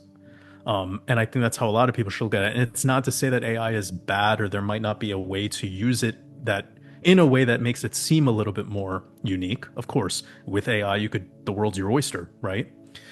But I think it's clear what AI is, what it produces. It's very easy to see what it is. Although, last thing I'll say on this is there's programs that are already out right now that are indistinguishable. Like, they look like Hollywood level, like a scene out of the movie Dune. That's how good the video generating generative AI is. It blows my mind. It blows. Yeah. I mean, there's these things you can do, apps now where they have the big, I don't know if you're on Instagram at all, but there's these gorilla things. There's these Star Wars things. There's these people that are making these videos, and all you're doing is typing in what you want it to say, and then it creates the scene for you. Like, it literally creates a movie for you. That looks, I mean, and these are going viral everywhere. So if you have good dialogue to plug in, then you're going to have some viral videos. We've been talking about this. This is the Minority Report, the Tom Cruise movie, 2002. This is how you prevent crime. This is how you prevent accidents. The self-driving car that I got in, the Waymo, as I told you, was very cautious, and it's going to get better. Can it get into accidents? Sure, but when you get it perfect, it won't. And that way, you're going to have the cars that'll drive, and you just sit in the back and you're on your laptop working. Well, now they have this robotaxi. It just launched It just launched last week in Texas. This is something we talked about in our last podcast. Yeah, I total told you it recall, will man. come out. I told everyone it will come out in June. It's here. Yep, Johnny Taxi from Total Recall. Yeah, You it's know? wild, dude, because you there's no back seat and you're in the middle and Uh-huh. you could just like use your laptop. Yep. Like you could use that little screen, you could do whatever the fuck you want on it. It's Yep. crazy. So you get more work done. Imagine a lot of people have to commute. If you're in LA, man, I think, I don't even know what the time is. If you live in Los Angeles, how much time you spend in your car? More Yeah. than the average city because you're always stuck in traffic, right? Yep. Well, if you remove that, what are you going to do at that time? What are you going to do with that hour commute that you normally would have to drive and pay attention? Now you don't have to do that. You can become more productive. So there's huge benefits to what's coming for the age of Aquarius. And yes, but we're moving into a perfected society. We're moving. I think one of the great things about AI is that it will improve our health and wellness. I'm about ready to do a video on this, like how to diagnose your health and wellness using ChatGPT. Because all you need to do is get your blood drawn. You don't Right. even need to know how to read it. And then you plug it into ChatGPT along with your health conditions if you're being very vulnerable, and it will spit out a diagnosis that's, to me, it's very accurate. I mean, I've already tested it with myself. And these are Yeah. the benefits of, and you have the med beds coming out. We have scalar wave technology that's already out, light that, all these things, the Tesla coils. That is what will make people live longer lives, better lives. You'll be able to reverse aging to some degree. Yeah. You think better though? Like longer, sure, but you think better? Yep, better because you're now going to be able to prevent future disasters. Whereas when you don't have that consciousness, you age much faster because of and paying attention to things. What are you putting your mind to and all that stuff. With our collective community, you and I, again, we kind of preach turn off the dirty laundry. The mainstream, does it make you age more quicker? Or does it make you age less? If you had to if you had to put it in a category, I think the news makes you age faster if you watch it every day, because it adds chaos, and chaos adds instability in the body and the biology of the body, which can cause cancer cells to come up and take over your body or whatever. Right. So I feel like our community makes you age slower because we are telling you to stay away from the dirty laundry. Well, you add that component to your purpose. Now you're happier. Your vibration goes up, your frequency goes up. You remove a lot of this chaotic environment. You move into the flow state, as you've already alluded to. These are things when you add them as ingredients to the bowl to make the cake. Well, the outcome of the cake becomes sweeter, moister, better. So we have to realize that, like as you mentioned, you can't stop what's coming. There's no way for you to make a mark in the world to stop what's coming. It's already here. It's what are you going to do with it? Are you going to get into the flow state? But Minority Report, I've been talking about this, the perfected crime prevention unit. Yeah, not being able to hide, not being able to forge, as you mentioned, not being able to steal. Like a friend of mine, I'll leave you with this. A friend of mine he lives in LA now. He was telling me, he came to Mexico and he was telling me, I can't remember the stadium in Los Angeles, but he wanted to go to a concert there. And in order to go and buy a ticket, you got to go online to buy your ticket, right? So that means everything's digitized. Right. And when you get in there, man, everything it's the mark. Like to get into the stadium, it's done all with your cell phone. Otherwise, you're not getting in to watch the concert or whatever it is that you're going to go to, the stadium. Everything's all digitized, And it blew my mind because I remember going to concerts, where's your ticket? When you go to the airport now, you travel a lot, Jordan. What are people doing? They're using their phones to board the plane. They don't have a boarding slip. Paper boarding slips, that's Piscian. Those are going to be done away with completely. I mean, when you go and log on to whatever travel agency and you book your ticket, it says, do you want me to email you your boarding passes? Most people say, yeah, email them to me or text them to me. Yeah. We're not printing. Printers are going to go out of business. These printings, Brothers printers and well, have you looked at what happened to Google lately? No. Yeah, it's because everybody's using things like ChatGPT for query. So nobody's Googling anymore.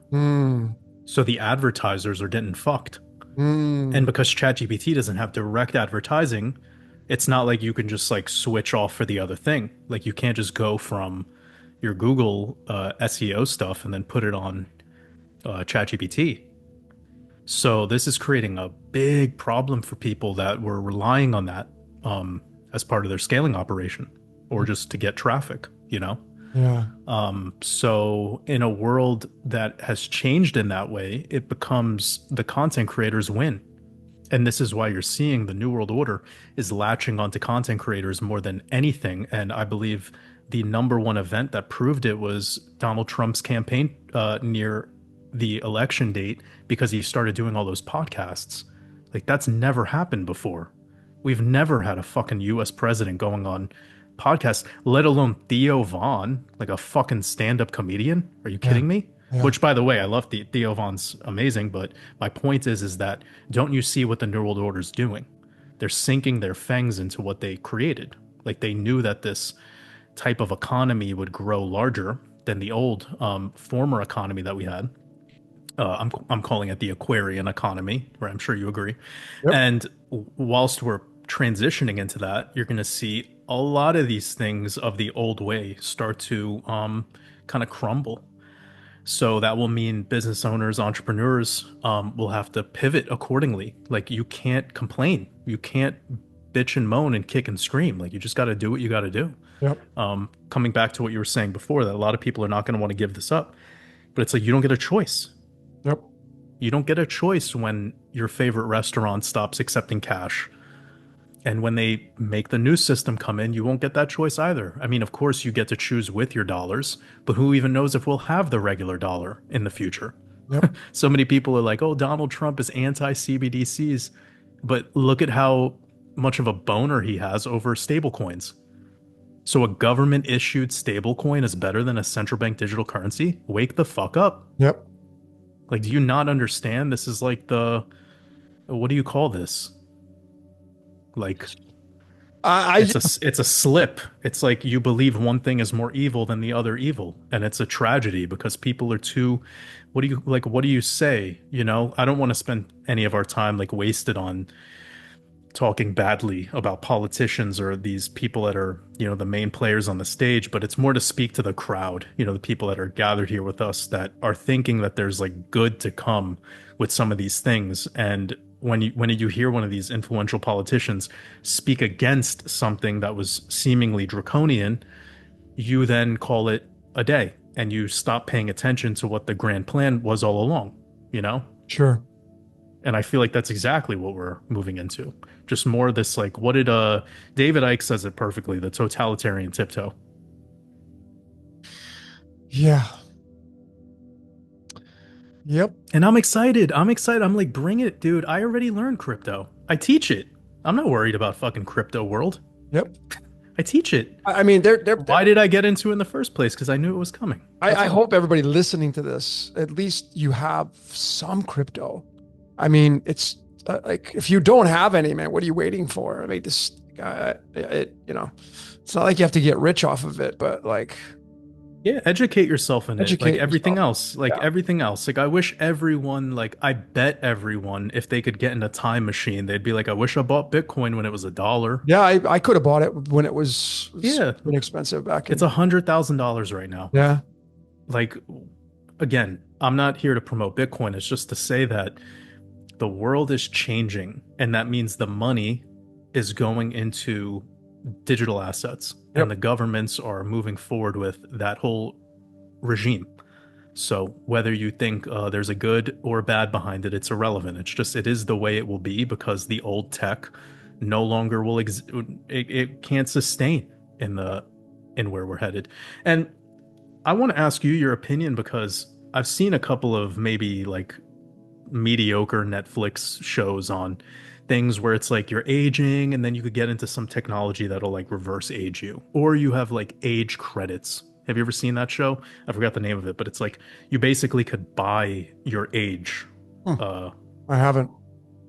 I think there's a movie, like a very popular one with Justin Timberlake. It's called Oh Time. yeah. Or so. Time. Yeah. Yeah. Time. There's that, but then there's even other concepts of this where it's like if I was in a situation where my some family member or friend I knew got sick, like you can like people would be getting loans for like life credits, Mm, not for dollars, mm. because we will be so technologically advanced medically that like do, how do you believe this is coming? Well, look at the surge that's been going on for some time about, um, Botox, for example. Mhm. Uh, Botox wasn't even a thing 50 years ago, 20 years ago. Starts coming in, and why do people take Botox? Because they're afraid to age. They're deathly afraid of what people may think of them if they don't look a certain way. Yeah. Um, why do people dye their hair? Because Oh, I'm sure. they don't want to show the gray. They're definitely, it's all about image and status, and I Right. know people say, no, Well, I prefer it that way. No, because you're afraid to look a certain way. You have confidence, and I get it. I'm not belittling, like, it's just the way it is. There is nothing good or bad about that. But there's these concepts of being afraid of aging, um, will physically, and getting enhancements to make yourself look a certain way based upon, maybe body dysmorphia or insecurities, as you kind of talked about with the bodybuilding thing. You move that into the age of Aquarius, and now it's like, well, I can live a longer life. I can be younger. I can reverse my aging, and that will allow me to have a different status in our world, right? And what would that status look like if we are in the dark age, in the Iron Age, through the right. Kali Yuga? What will that status look like? What will it get you as a human being? Well, time will tell. But I think my answer is yes on what you asked. So you see that tech coming, and Yep. like, have you heard of anything close to it? Like anything, like what timeline do you have? Is there anything in your work with the astrology and stuff that you've seen in the charts that is showing you like when we'll get some sort of uh skinny machine? Like if you're obese, you can just get into some machine and it'll just like boom, Well, with the just pay your way into it. No Ozempic, no weight training, just like machine technology, you Yeah, know? well, it's coming. I mean, when predicting wise, I mean, I think sooner than later. Um, what they've said about AI, especially like Chat GPT and all that, like it's advancing so quickly. I think the stats were it doubles every 6 months in its capacity. And because of the way things are going, that's going to just duplicate, duplicate, duplicate, and duplicate. And that means that technology is going to do the same thing. So it's just going to start speeding up the duplication of technology, the duplication of everything in our reality. That means that everything that's attached to the duplication will benefit from that. If you're looking at the benefits, if you're looking at the negative side of it, then you'll experience that. I'm not into it. I'm not in for that. I'm in it for what can I get out of this? How can I make my life better? How can I make my life easier? The self-driving taxis, does that make my life better and easier? Yep. For me, it does, right? I don't have to worry about driving. I don't have to worry about spending my time doing this and doing that. So, the Ozempic is a Piscean, like pills that's Piscean, Right. right? That's a It's Piscean like thing. it's like the last ditch effort, right? And it Same with is. Botox. It's It's like the last ditch effort to try to prevent the inevitable for these some ages, technological thing that's coming. totally. These ages, I don't feel it's not like an on-off switch. They bleed into each other. So Mm, Piscean bleeds into Aquarian. And you're still going to have through the entire age of Aquarius, you will still have Pisces traits. Are people still using swords to fight with during the age of Aries? No, but now they're using tanks and missiles. So there's still the Mars energy during the age of Pisces, and there will still be Mars energy during the age of Aquarius. These astrological signs, they automatically move into the next house. So you're going yeah. to see the filtration of that, unfiltered, so to speak. But yes, um, the Yeah, like pill, whilst we're physical, we have everything. So yeah, there's a little bit of something. There's the police officers in London or even New York City still riding horses. yeah. So there's always like an element of it. If anything, it's like it's just what's the essence, you know? And we're clearly much more in the Aquarian essence than we were in 2000, We are, 2001. and I see a lot of people still fighting against the inevitable. I see it. I see people. I'm not going to do that. I'm not. Yeah, you say that now. You're not going to, but when you don't eat for a week, when you can't buy certain things that like Well, I remember when COVID hit, um, a lot of people, I'm not going to wear my mask. No, I'm not gonna, and I get that, right? I know you were one of them. For Yeah, me, it was like, for I sure. want to go in the grocery store and I can't go in there. And if I go in there, I get hassled. I don't want Yep. the hassle. So I wear Yeah. a silly mask because I want the food more than I do want to fight against the hassle. So that's Yeah, how I I roll. feel that. Yeah, I that's feel how I that. roll. But not everybody does that. A lot of people, they're like, just I'm not going to do that. You're not going to tell me what to do. Well, that's totally Yeah, cool. like if I couldn't get any fucking food, I would have just been like, fuck it. I'll put this face diaper on. Like, I See? don't give a shit. I need food. I want food. And I think that's what the inevitability Do you of think some people look at that as weakness? course. Yeah, I wonder because I've had this conversation with somebody who's like really influential person in my life, a friend of mine, and whenever I would express things like I'm not wearing a fucking mask, he would just be like, "Well, you can wear a mask. You're choosing not to, and you have your reasons, but I'm sure you feel deep down inside that your reasons are more to be like anti-disestablishment kind of vibe, like a punk rocker. Like Yep. it's not really about because you know wearing the mask is bad for you or you can't physically do it or boom boom. Like it's all about you just want to say fuck you, you know? And that's truth. He revealed the truth. So then I started saying that. I started just admitting I don't want to put on this fucking mask because I don't want to, you know? Like a Totally. like a spoiled brat. Yeah. And at first at first meaning when we were going through the motions, I looked at that as strength. But now I look back at it and I'm like, I don't really know if that's true. I don't know if it was strength, and I don't think if I wore the mask it would be weakness. I think like I've changed my outlook on things over time because again, like I'm just ready for whatever there is to be. And I think the master is somebody that's gonna put on the costume or I say this, be the chameleon in a room full of vultures. Hmm. Like if people are attacking you for not wearing a mask, then you're in a room full of fucking vultures. Hmm. Change your colors.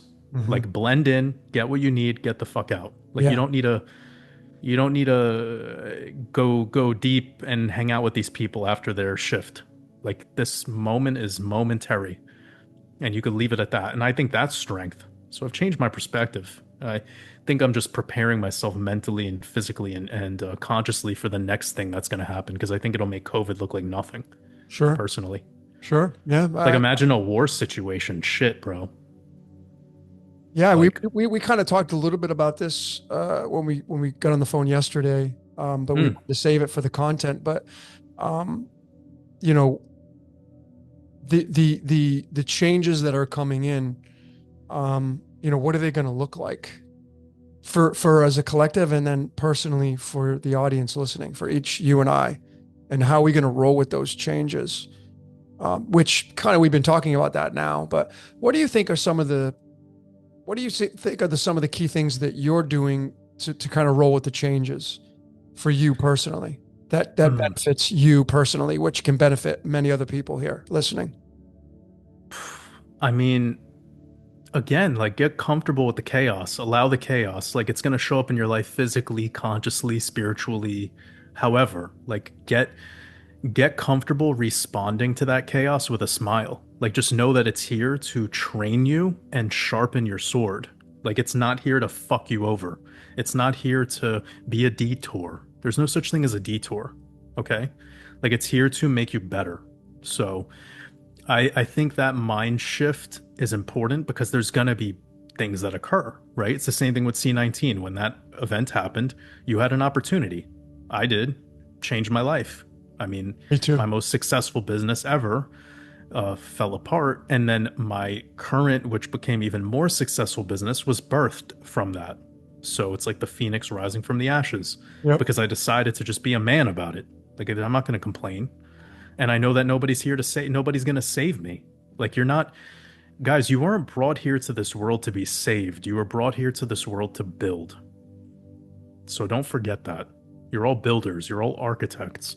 So I think this daily reminder that, like, what could I build today or what could I take part in that facilitates the building? That's all I got to put my energy into. And everything else is just a side task that's probably distracting me from my purpose. Um, Sure. but maybe that's not the most sexy answer, but that's the truth of truths. Like that's the base foundation of my quote unquote advice. But outside of that, I think the creation of the university was my opportunity to gather people that I know are the type of people that I want to build with. Hmm. I hope that makes sense. Completely. Like that's the type of people that I want in my tribe. Those are the people that like when it comes time for me to create a bigger project, they're the ones that I'm going to be leveraging on either for skills or opinions or whatever, even advice. Again, in the concept of acquiring land, I'm a pawn. I'm barely the bishop. I know there's real estate agents in my community that I could leverage on. They're kings. I gotta be okay with allowing those people into my world if I want to grow and I want to bring my vision to life. So that's another thing. Like, I don't look at anyone who supports my work solely as people who are supporting me. I think they're future building partners. So Mm, I like to look at it that way as well. right. And I'm going to continue to put as much effort as I can into this university because I think this is the starting point, and I know this is just the beginning. Like I could see so many beautiful things coming from that. So it's like it's still in this caterpillar stage. It will go through metamorphosis. It will become the butterfly. I know it. I have a supreme confidence in that, and but I keep that to myself. I'm only telling you that right now because you're asking. But this is not something I would boast. This is not something that I would talk about openly. But I feel like I'm just really excited about whatever that becomes. I'm not going to force it. I'm not going to say that it needs to be this or needs to be that. Like that's beyond me. I will just let it be what it is, and the energy behind it, I think, will provide. Well, So they're being vulnerable with that. I mean, you didn't have to kind of open up and share that. So I'm sure the audience appreciates that, and I do. I think confidence is sexy, man. I think that it's very bold and direct, and it's what you want. It's what your soul is calling you for, whatever that looks like, right? So I find a lot of value in what you're saying here. I kind of, it's kind of inspiring, and I hope that everybody listening here, you have kind of that game plan for yourself as well, where again, and this is getting into the flow state. What are you good at? What do you want? What do you want in your life? I love. Do you listen to Alan Watts? You ever listen to Alan Watts, the philosopher, French I philosopher? have. Yeah, I Yeah, have. he's I got an have. Yeah. amazing voice, like born to obviously talk. Yeah, yeah, yeah. Very drawn. Well, anyway, has this video. What if money was no object? And I've used it so many times over the years. And he goes on to say, like what is it you really want in your life? And when you don't think about the money, and you just think about what you really want in life and what would kind of set you free in the stance of waking up and saying, I can't wait to start my day today. Well, then now you're in the flow state. And that's what I value about you is just, I know you're in the flow state. Right. And that means that you're operating at a high level in your life. And that is the people that I want to surround myself with, because if I get into a room with you, which I have, we don't talk, we don't complain to each other. There's no complaining going on. Yeah. We're not bitching about this going wrong. And no, we're talking about strategies on how to improve our own personal lives, what you're doing, what I'm doing, and how we can collaborate, which is what this podcast is all about. We're not talking about complaint. We're not complaining. So Yeah. that's the value of hanging around with people like yourself. Is I don't hang around with complainers. I hang Mhm. around with people that get shit done, and they know that the change is coming, and they shift with the change. They make lemonade out of, like, COVID was an opportunity. Yeah. If you're looking at it as an opportunity, well, then congratulations, you've now moved into a layer of refinement. But if you're looking Mhm. at it as a complainer, you haven't refined yourself yet. That's my opinion. You don't have to agree to it, but that's how I see the world through my lens. Yeah. The weak man blames. Yeah. The real man seeks opportunity. Yeah. Yeah. I say the rich man digs for truth. I mean, the poor man digs for truth, and the rich man doesn't complain about what they find. Right. So the poor person complains about it. The rich person doesn't complain about what they find. The truth, your truth, and what you find is your truth, and it's designed for you. A lot of people ask me, "Hey, I'm seeing these numbers. What do they mean?" I don't know. I'd have to look at your entire life to know. And only you would know, because there are secret things that I will never know about you, that you'll never tell anybody. So the numbers that you're seeing, the patterns that you're seeing, there's a message encoded in those for you. A lot of people go look up that, what is this? They look up online and then there's someone that will tell you what the numbers mean, but that doesn't necessarily mean that's what they mean, right? But there's a message there for you. Yeah. I actually want to touch on that real quick because it's like one of the things that I'm realizing in myself, and it's come from me caring about just getting better at decoding and trying to understand it more, which comes with its own pain, right? Because Totally. you do come across those moments where you're like, what does this mean? And I want it to mean something. But what I've realized lately is that like we put a lot of energy into like wanting to know the meaning behind things. And Yep. that avoids feeling and experimentation, right? So, yeah, I think I've been surfing this wave lately of like, stop analyzing everything. Mhm. Like, there's no need to think about what this means. Because every moment that I use on thinking about what it means, I'm avoiding feeling into it. I'm avoiding experimenting with it. I'm avoiding the process. Mhm. And I'm just stuck. I'm like on pause, like thinking really is just the pause button. Mhm. So, how to be self aware in those moments where you're pressing pause or pressing on the brake pedal when you Totally. could be pressing on the gas. Like, I think that's all that matters. And if you can just shift that, like, away from guilt or shame, which some people would have in those moments, and shift it towards, like, this is the refinement, this is where the mastery is, being able to tell myself, like, hey, stop fucking getting distracted or stop seeking meaning in stuff that's meaningless. Like it doesn't need meaning. When you when you listen to music now, um you can decode it, right? Like you can probably look at the length of the song or how many tracks were on the album or the date that the album was released or how old the band members were when it came out or whatever, right? But like as we do that, we're not even listening to the music. Mhm. So I guess that's my point that I'm trying to make is like listen to the music, man. And I think life is music. It's everywhere. Like there's so much beauty in the sounds that surround us and we avoid it because we're having this internal fucking hamster on the hamster wheel inside of our minds. Mm. And it's just burning endless calories doing absolute nothingness. Yeah. I think last thing I say on this, I found out about Bobby Fischer that later in his life he like just called chess boring because it's all patterns and memory Mhm. and theory. And when he realized, which he was like the king of, by the way, so he was the like when it comes out of his mouth, it has meaning. You're like, oh, the guy who's the best at this is telling the world that it's no longer fun anymore when everything is just a pattern. Mhm. So when you invite computers into the situation, which Fisher lived long enough to see, what would happen is off of the first three moves of a game, a high level grandmaster can already play in a specific way that will create a draw, meaning they can play the whole game out in their mind to not have a win or loss, so they can force a draw. Mm. Do you understand how fucking boring that would be? Yep. It's like it's like having sex to never come, just to endlessly do it, and from the moment you started, also simultaneously make that the objective. Yeah. Oh, listen, guys, because I know some people are gonna be like, "What the fuck did you just say?" Imagine you were making love to your partner, but you went into it saying that I know there's this physiological response that'll occur. I know it'll feel really good, but I'm gonna make it my mission to not do this thing. Ding, ding, ding. Am I talking about every man that's listening right now? Because of the way you're built biologically?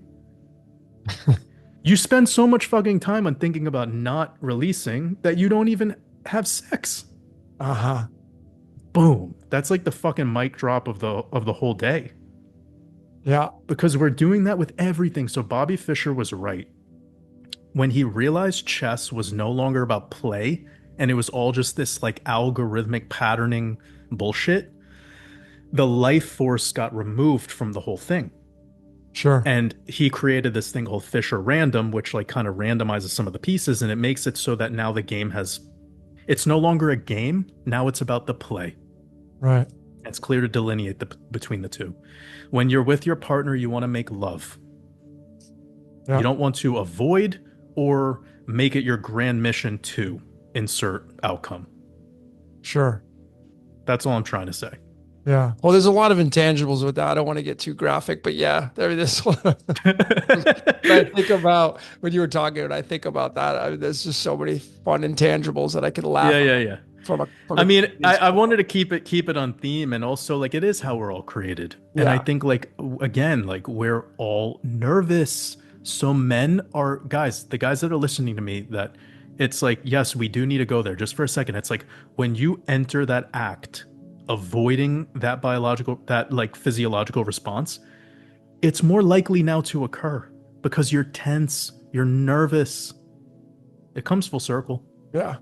Stop being so fucking nervous. Yeah. Like everybody is so nervous. When you're nervous, you're numb. Yeah. Well, you're very polarized as well. So polarization can completely put you in a trance where you just, you get paralyzed, you don't make a move. So Sure. yeah, that tenseness. I wanted to shift back, Jordan, to talking about this chat GPT. I wanted to mention this earlier and I forgot, and it just reminded me. So I hope we can shift directions here. And I want to just say that, I'm a huge fan of, who Robert Edward Grant is? Have you listened to any of his work?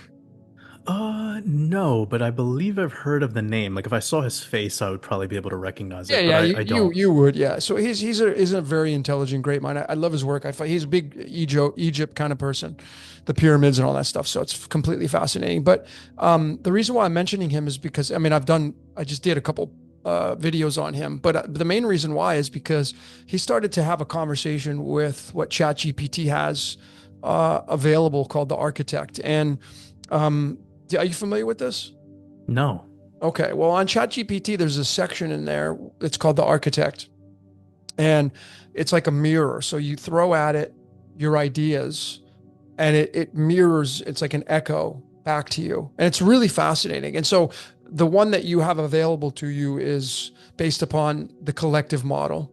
So it's grabbing from everybody, and then the one he set up now is it's a sovereign. So he's created his own, and now it's just him and his thoughts echoing back to him without any interference, right? So you can set it up that way. You have to be a coder or find somebody to do that.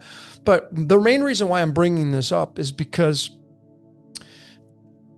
people are asking chat GPT outcomes, especially on the war going on or the fighting that's going on. And now there's these podcasts of the outcome of what AI is telling you what the outcomes are going to be.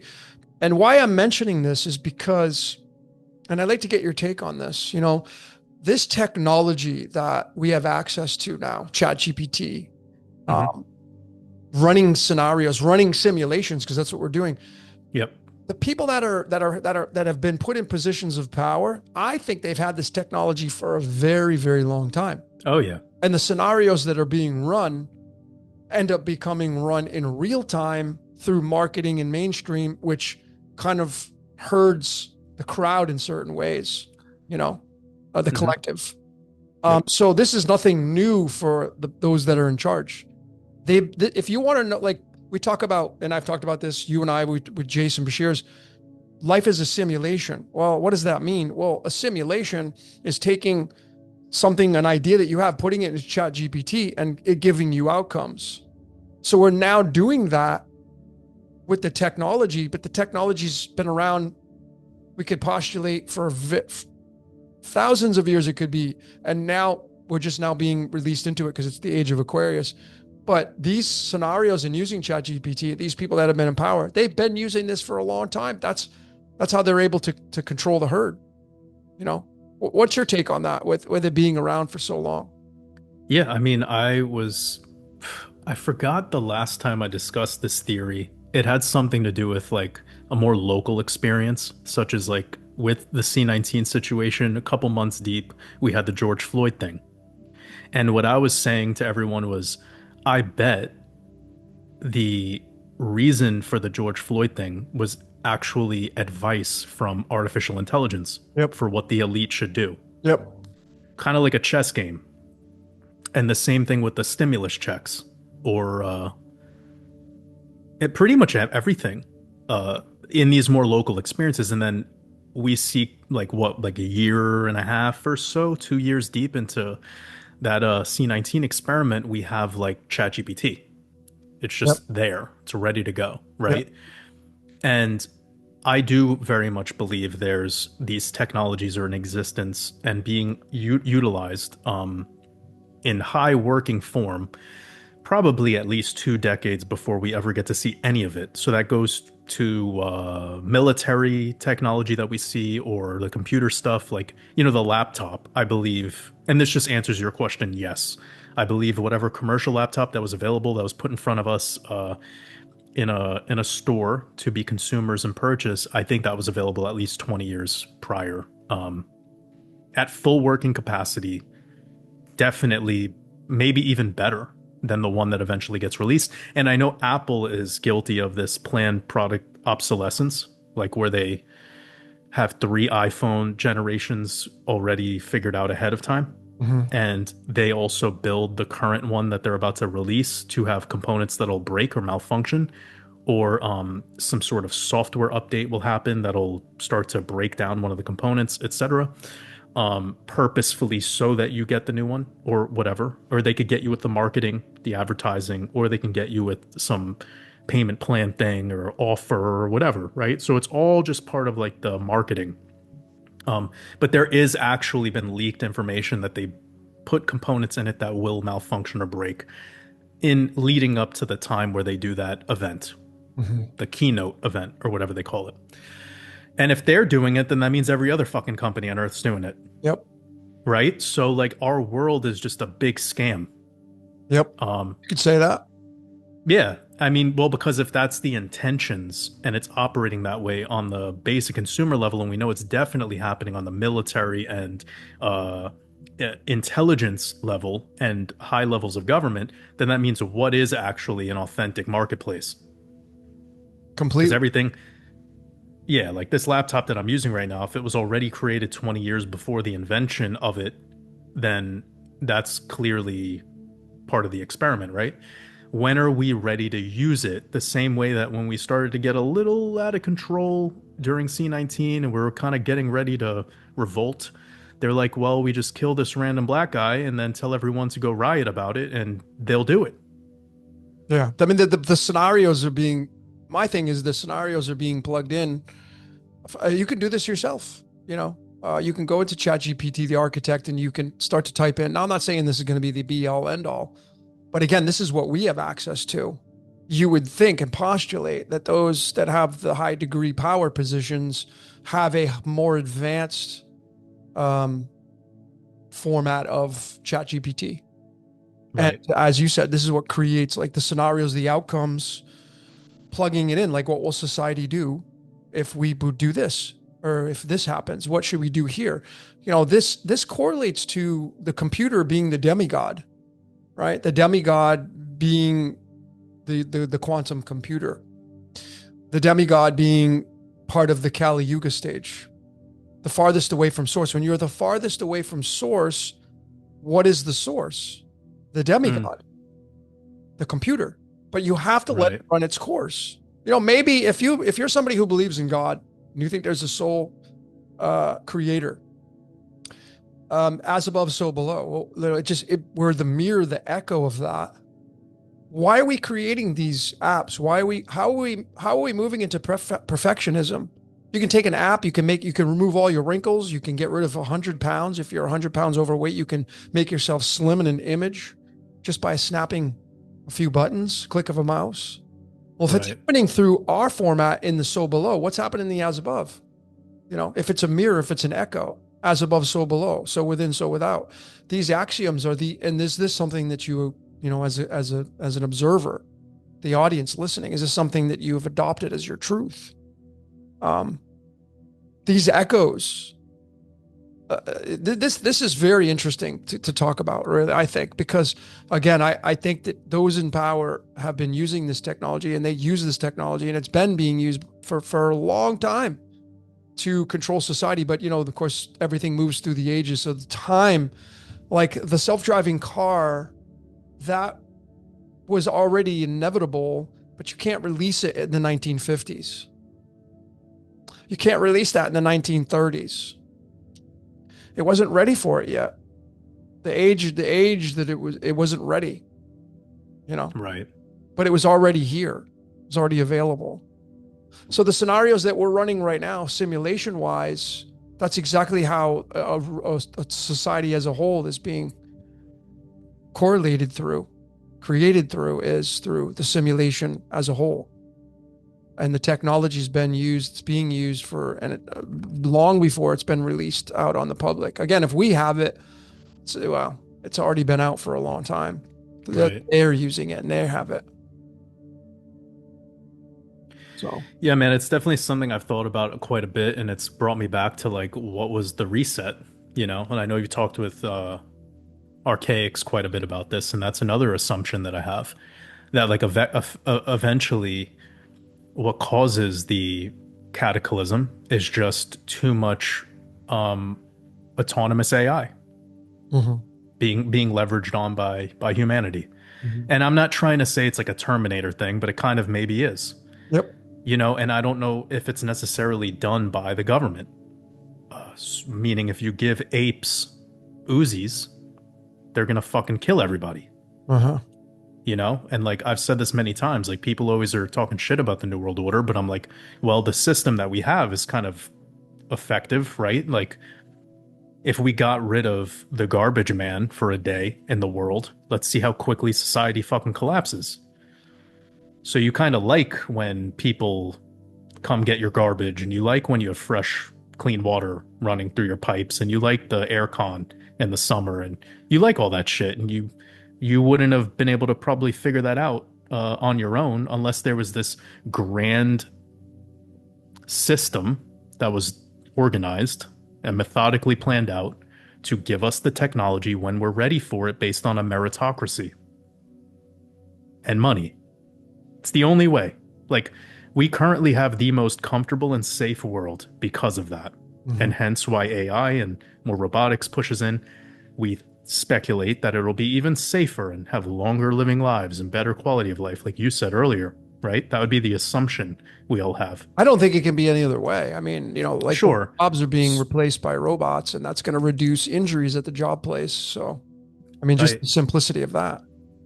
And what do you think that does for us? Like, as when it comes to self-worth or when it comes to purpose, do you think that gets in the way? No, I think it's just going to adjust. It's going to go into the flow. You got to be in the flow state, though.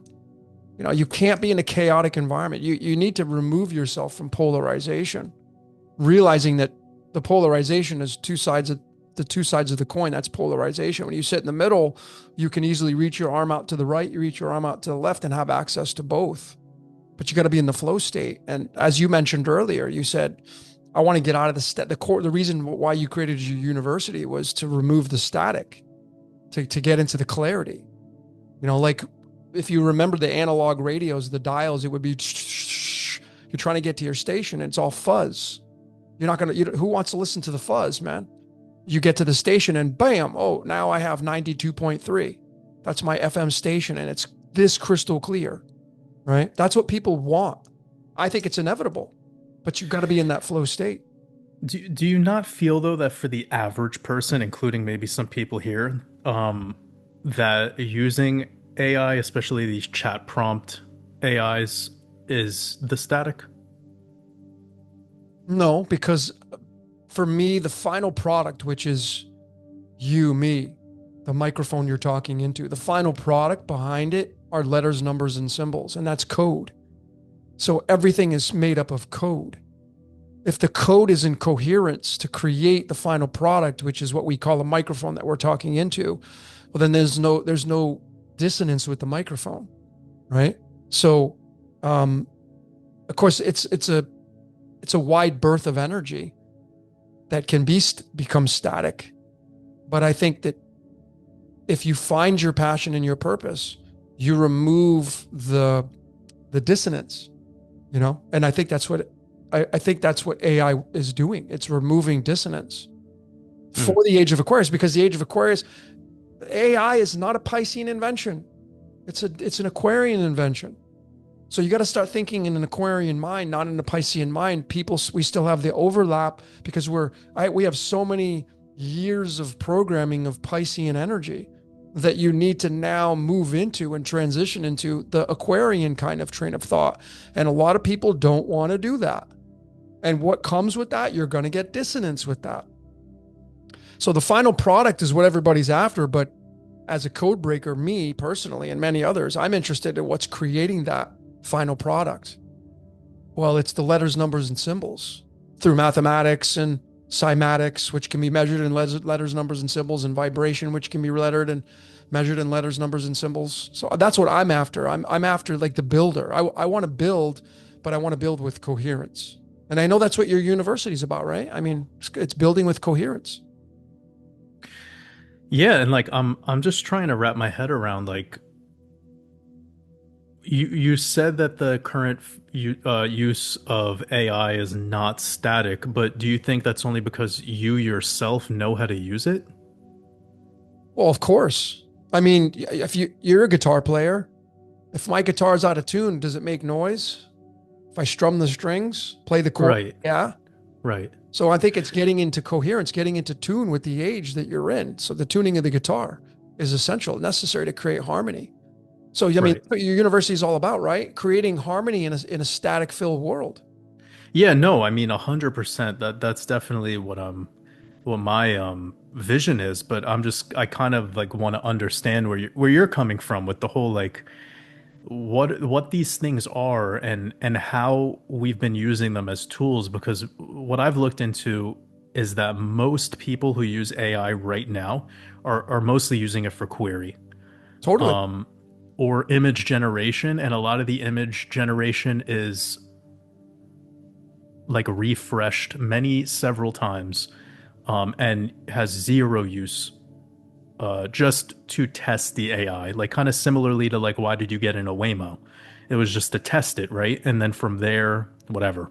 Um, it served its purpose, right? Like it took you from point A to point B. It's so different to use AI in your case to make a thumbnail than it would be for somebody to just fuck around with it all day and not create anything from it, you know? Just to test it.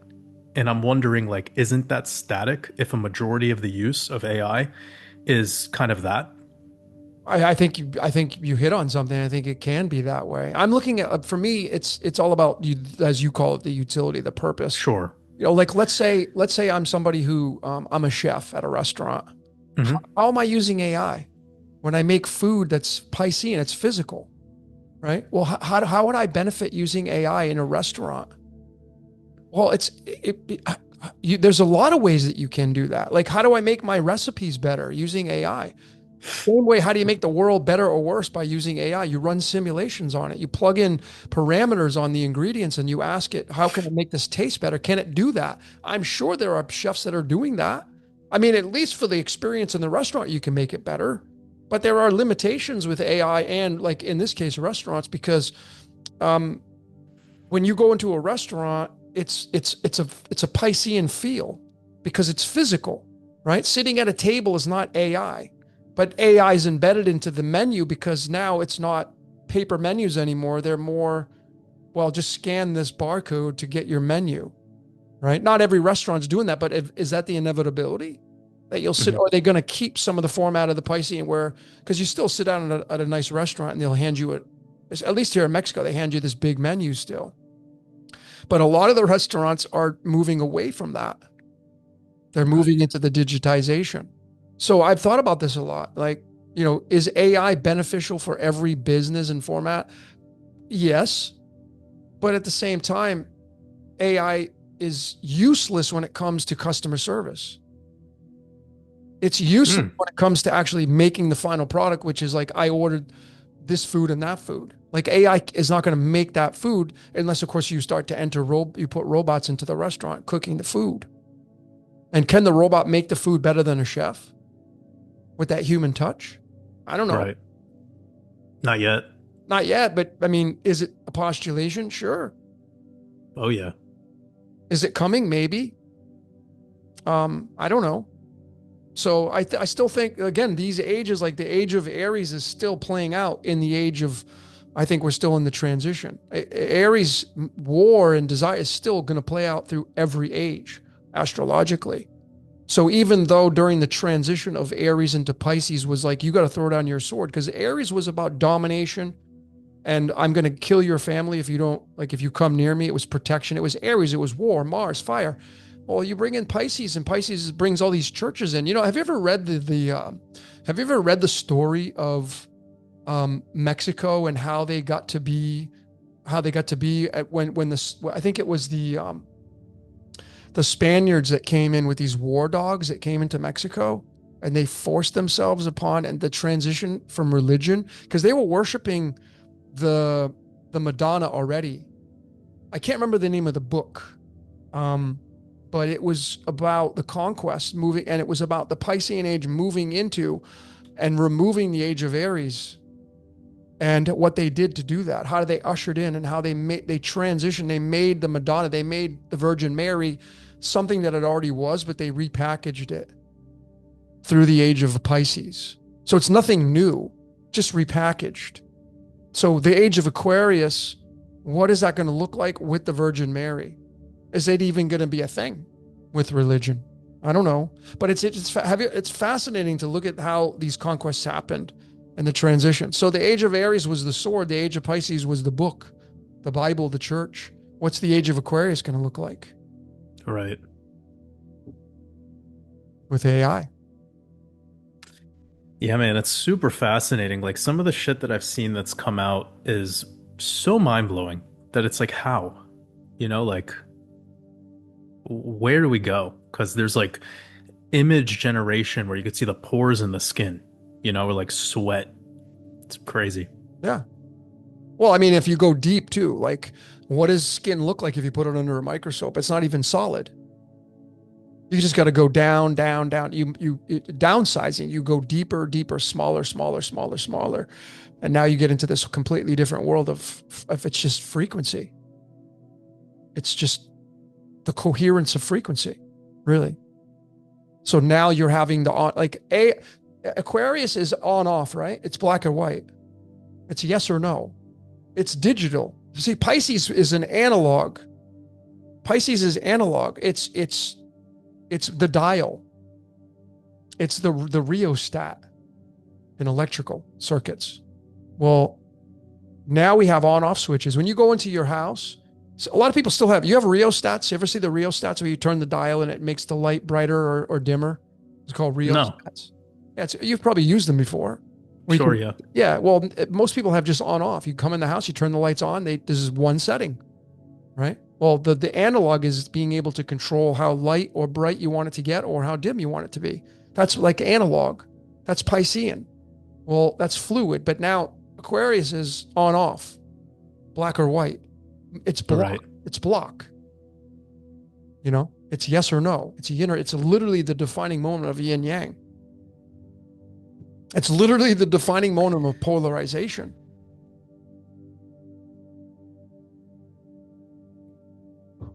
Polarization, man. I think that's the perfect place for us to wrap this up, brother. Yeah, I agree, man. We've been going almost 2 hours, so I think that's Yeah. definitely perfect time to pause and kind of end this one here.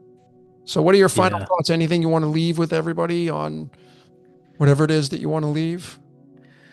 No, man. I mean, I think like we've covered so much, 2 hours. Like, I think all I would say is for everyone right now that's getting worried about what's happening with this World War III thing, like this is probably the perfect time to just shift gears, get focused, commit to something, Yep. commit to something. Speaking of the university, I'm actually reopening up enrollment for the month of July in a couple days. So I will be doing that, opening it up for probably like a week or so. So I'm really looking forward to having a new cohort and have some new members join us. Beautiful. I'm gonna be focused on doing some new lectures. Already have a couple lecture ideas that I've been cooking up in the background. So yeah, I'm excited. And don't be lazy this summer, guys. you know. I know we have a lot of sunlight right now and it's a lot of longer, warmer days, but I think we're gonna have a weird fall time. Oh I yeah, think there's gonna be some plenty of weird stuff going on. So that's probably the next chat that we could have is like maybe a dialed in conversation about what we see coming for the end of this year of the snake and just some thoughts about wherever you're at with your process and your system and wherever I'm at. Because I know a lot um, will occur around September, October. So agreed. I'll leave it there, and we could reconnect and maybe have a chat about that next Yeah, one. well, so it's awesome because we're going to move, it's going to be, let's talk 21, and 21 is the world card in the tarot. So it'll segue into something really beautiful, I really do, but I'm on the same page as you, I think. And I've been talking about what's to come in it's September, October. I think, with it's astrological lineups, it's pretty gnarly in Virgo, which is the year of the snake. But next year, the year of the horse, man, the card that represents next year is the Jack of Spades, the Knight of Swords, which is revolution, man. It's a number one year we're moving into next year. So I think 2026 could become pretty awesome for the most part, if you're Yeah, willing. man, we got two chat ideas ahead. We got Rosh Hashanah. Oh yeah. That'll be good for 21 with the tie back to Saturn. Yep. We have that eclipse coming up on September 7th. That's gonna be like that's one that I've been focused on all year. And then yeah, got the Chinese New Year.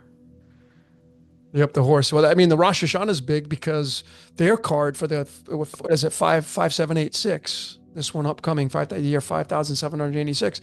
That card is the Ace of Clubs, which is the abracadabra card in the tarot. It's the 23rd card in the deck. So on the Jewish calendar, they're in the King of Hearts, but they're moving to the Ace of Clubs, which is abracadabra, and then the United States and the Gregorian and all that stuff moves into the Knight of Swords in 2026. So it's going to be very, very different than this year. There's a lot of endings and completions and climaxes. This is the year of the Yeah. orgasm right here. Snake eats its tail this Yeah. year. Or Ouroboros. Yep. This is Yep. the orgasm year, Virgo energy. Yeah, for sure. So, That's right. all right. All right, All right, brother. brother. It's been an So honor and a much. pleasure, man. So much good stuff. This was a real fun one. Yeah, man. I appreciate you. I can't believe it's been 20 podcasts. Yeah, man. Right. 20. 20. Unbelievable. 20 over the past four years. It's probably That's been that wild. long. Has it been that long for? Yeah, it goes Yeah, I by mean, so I don't fast. remember when I first you have to find when we first did a podcast. It'd be interesting to see. But yeah, man, I mean, I've had my channel now it started March 2021. So it's been over 4 years now. You started yours Crazy. in March of 2021. Yeah, yeah. Okay, Yep. that's cool. Yep. Did Yeah, you man. plan? Did you plan that? Like when you? No. It happened because the lockdown and everything. Oh, okay. It was super random. Like I was already kind of um yeah, I forgot what my first video was, but like we've been celebrating like the channel's anniversary usually in April. Technically because I launched my mastermind community in April. I was working on um in September, maybe even earlier, maybe like July, August. I Yeah, was already July. working on. I'm looking at your channel. It says this one anyway. July 21st is when you actually. Oh, yeah, no, I mean, I probably created this channel with that email address like a real long time ago. Like, I don't remember, but like when I actually released my first video, I think it was like March 2nd, 2021. Oh, okay.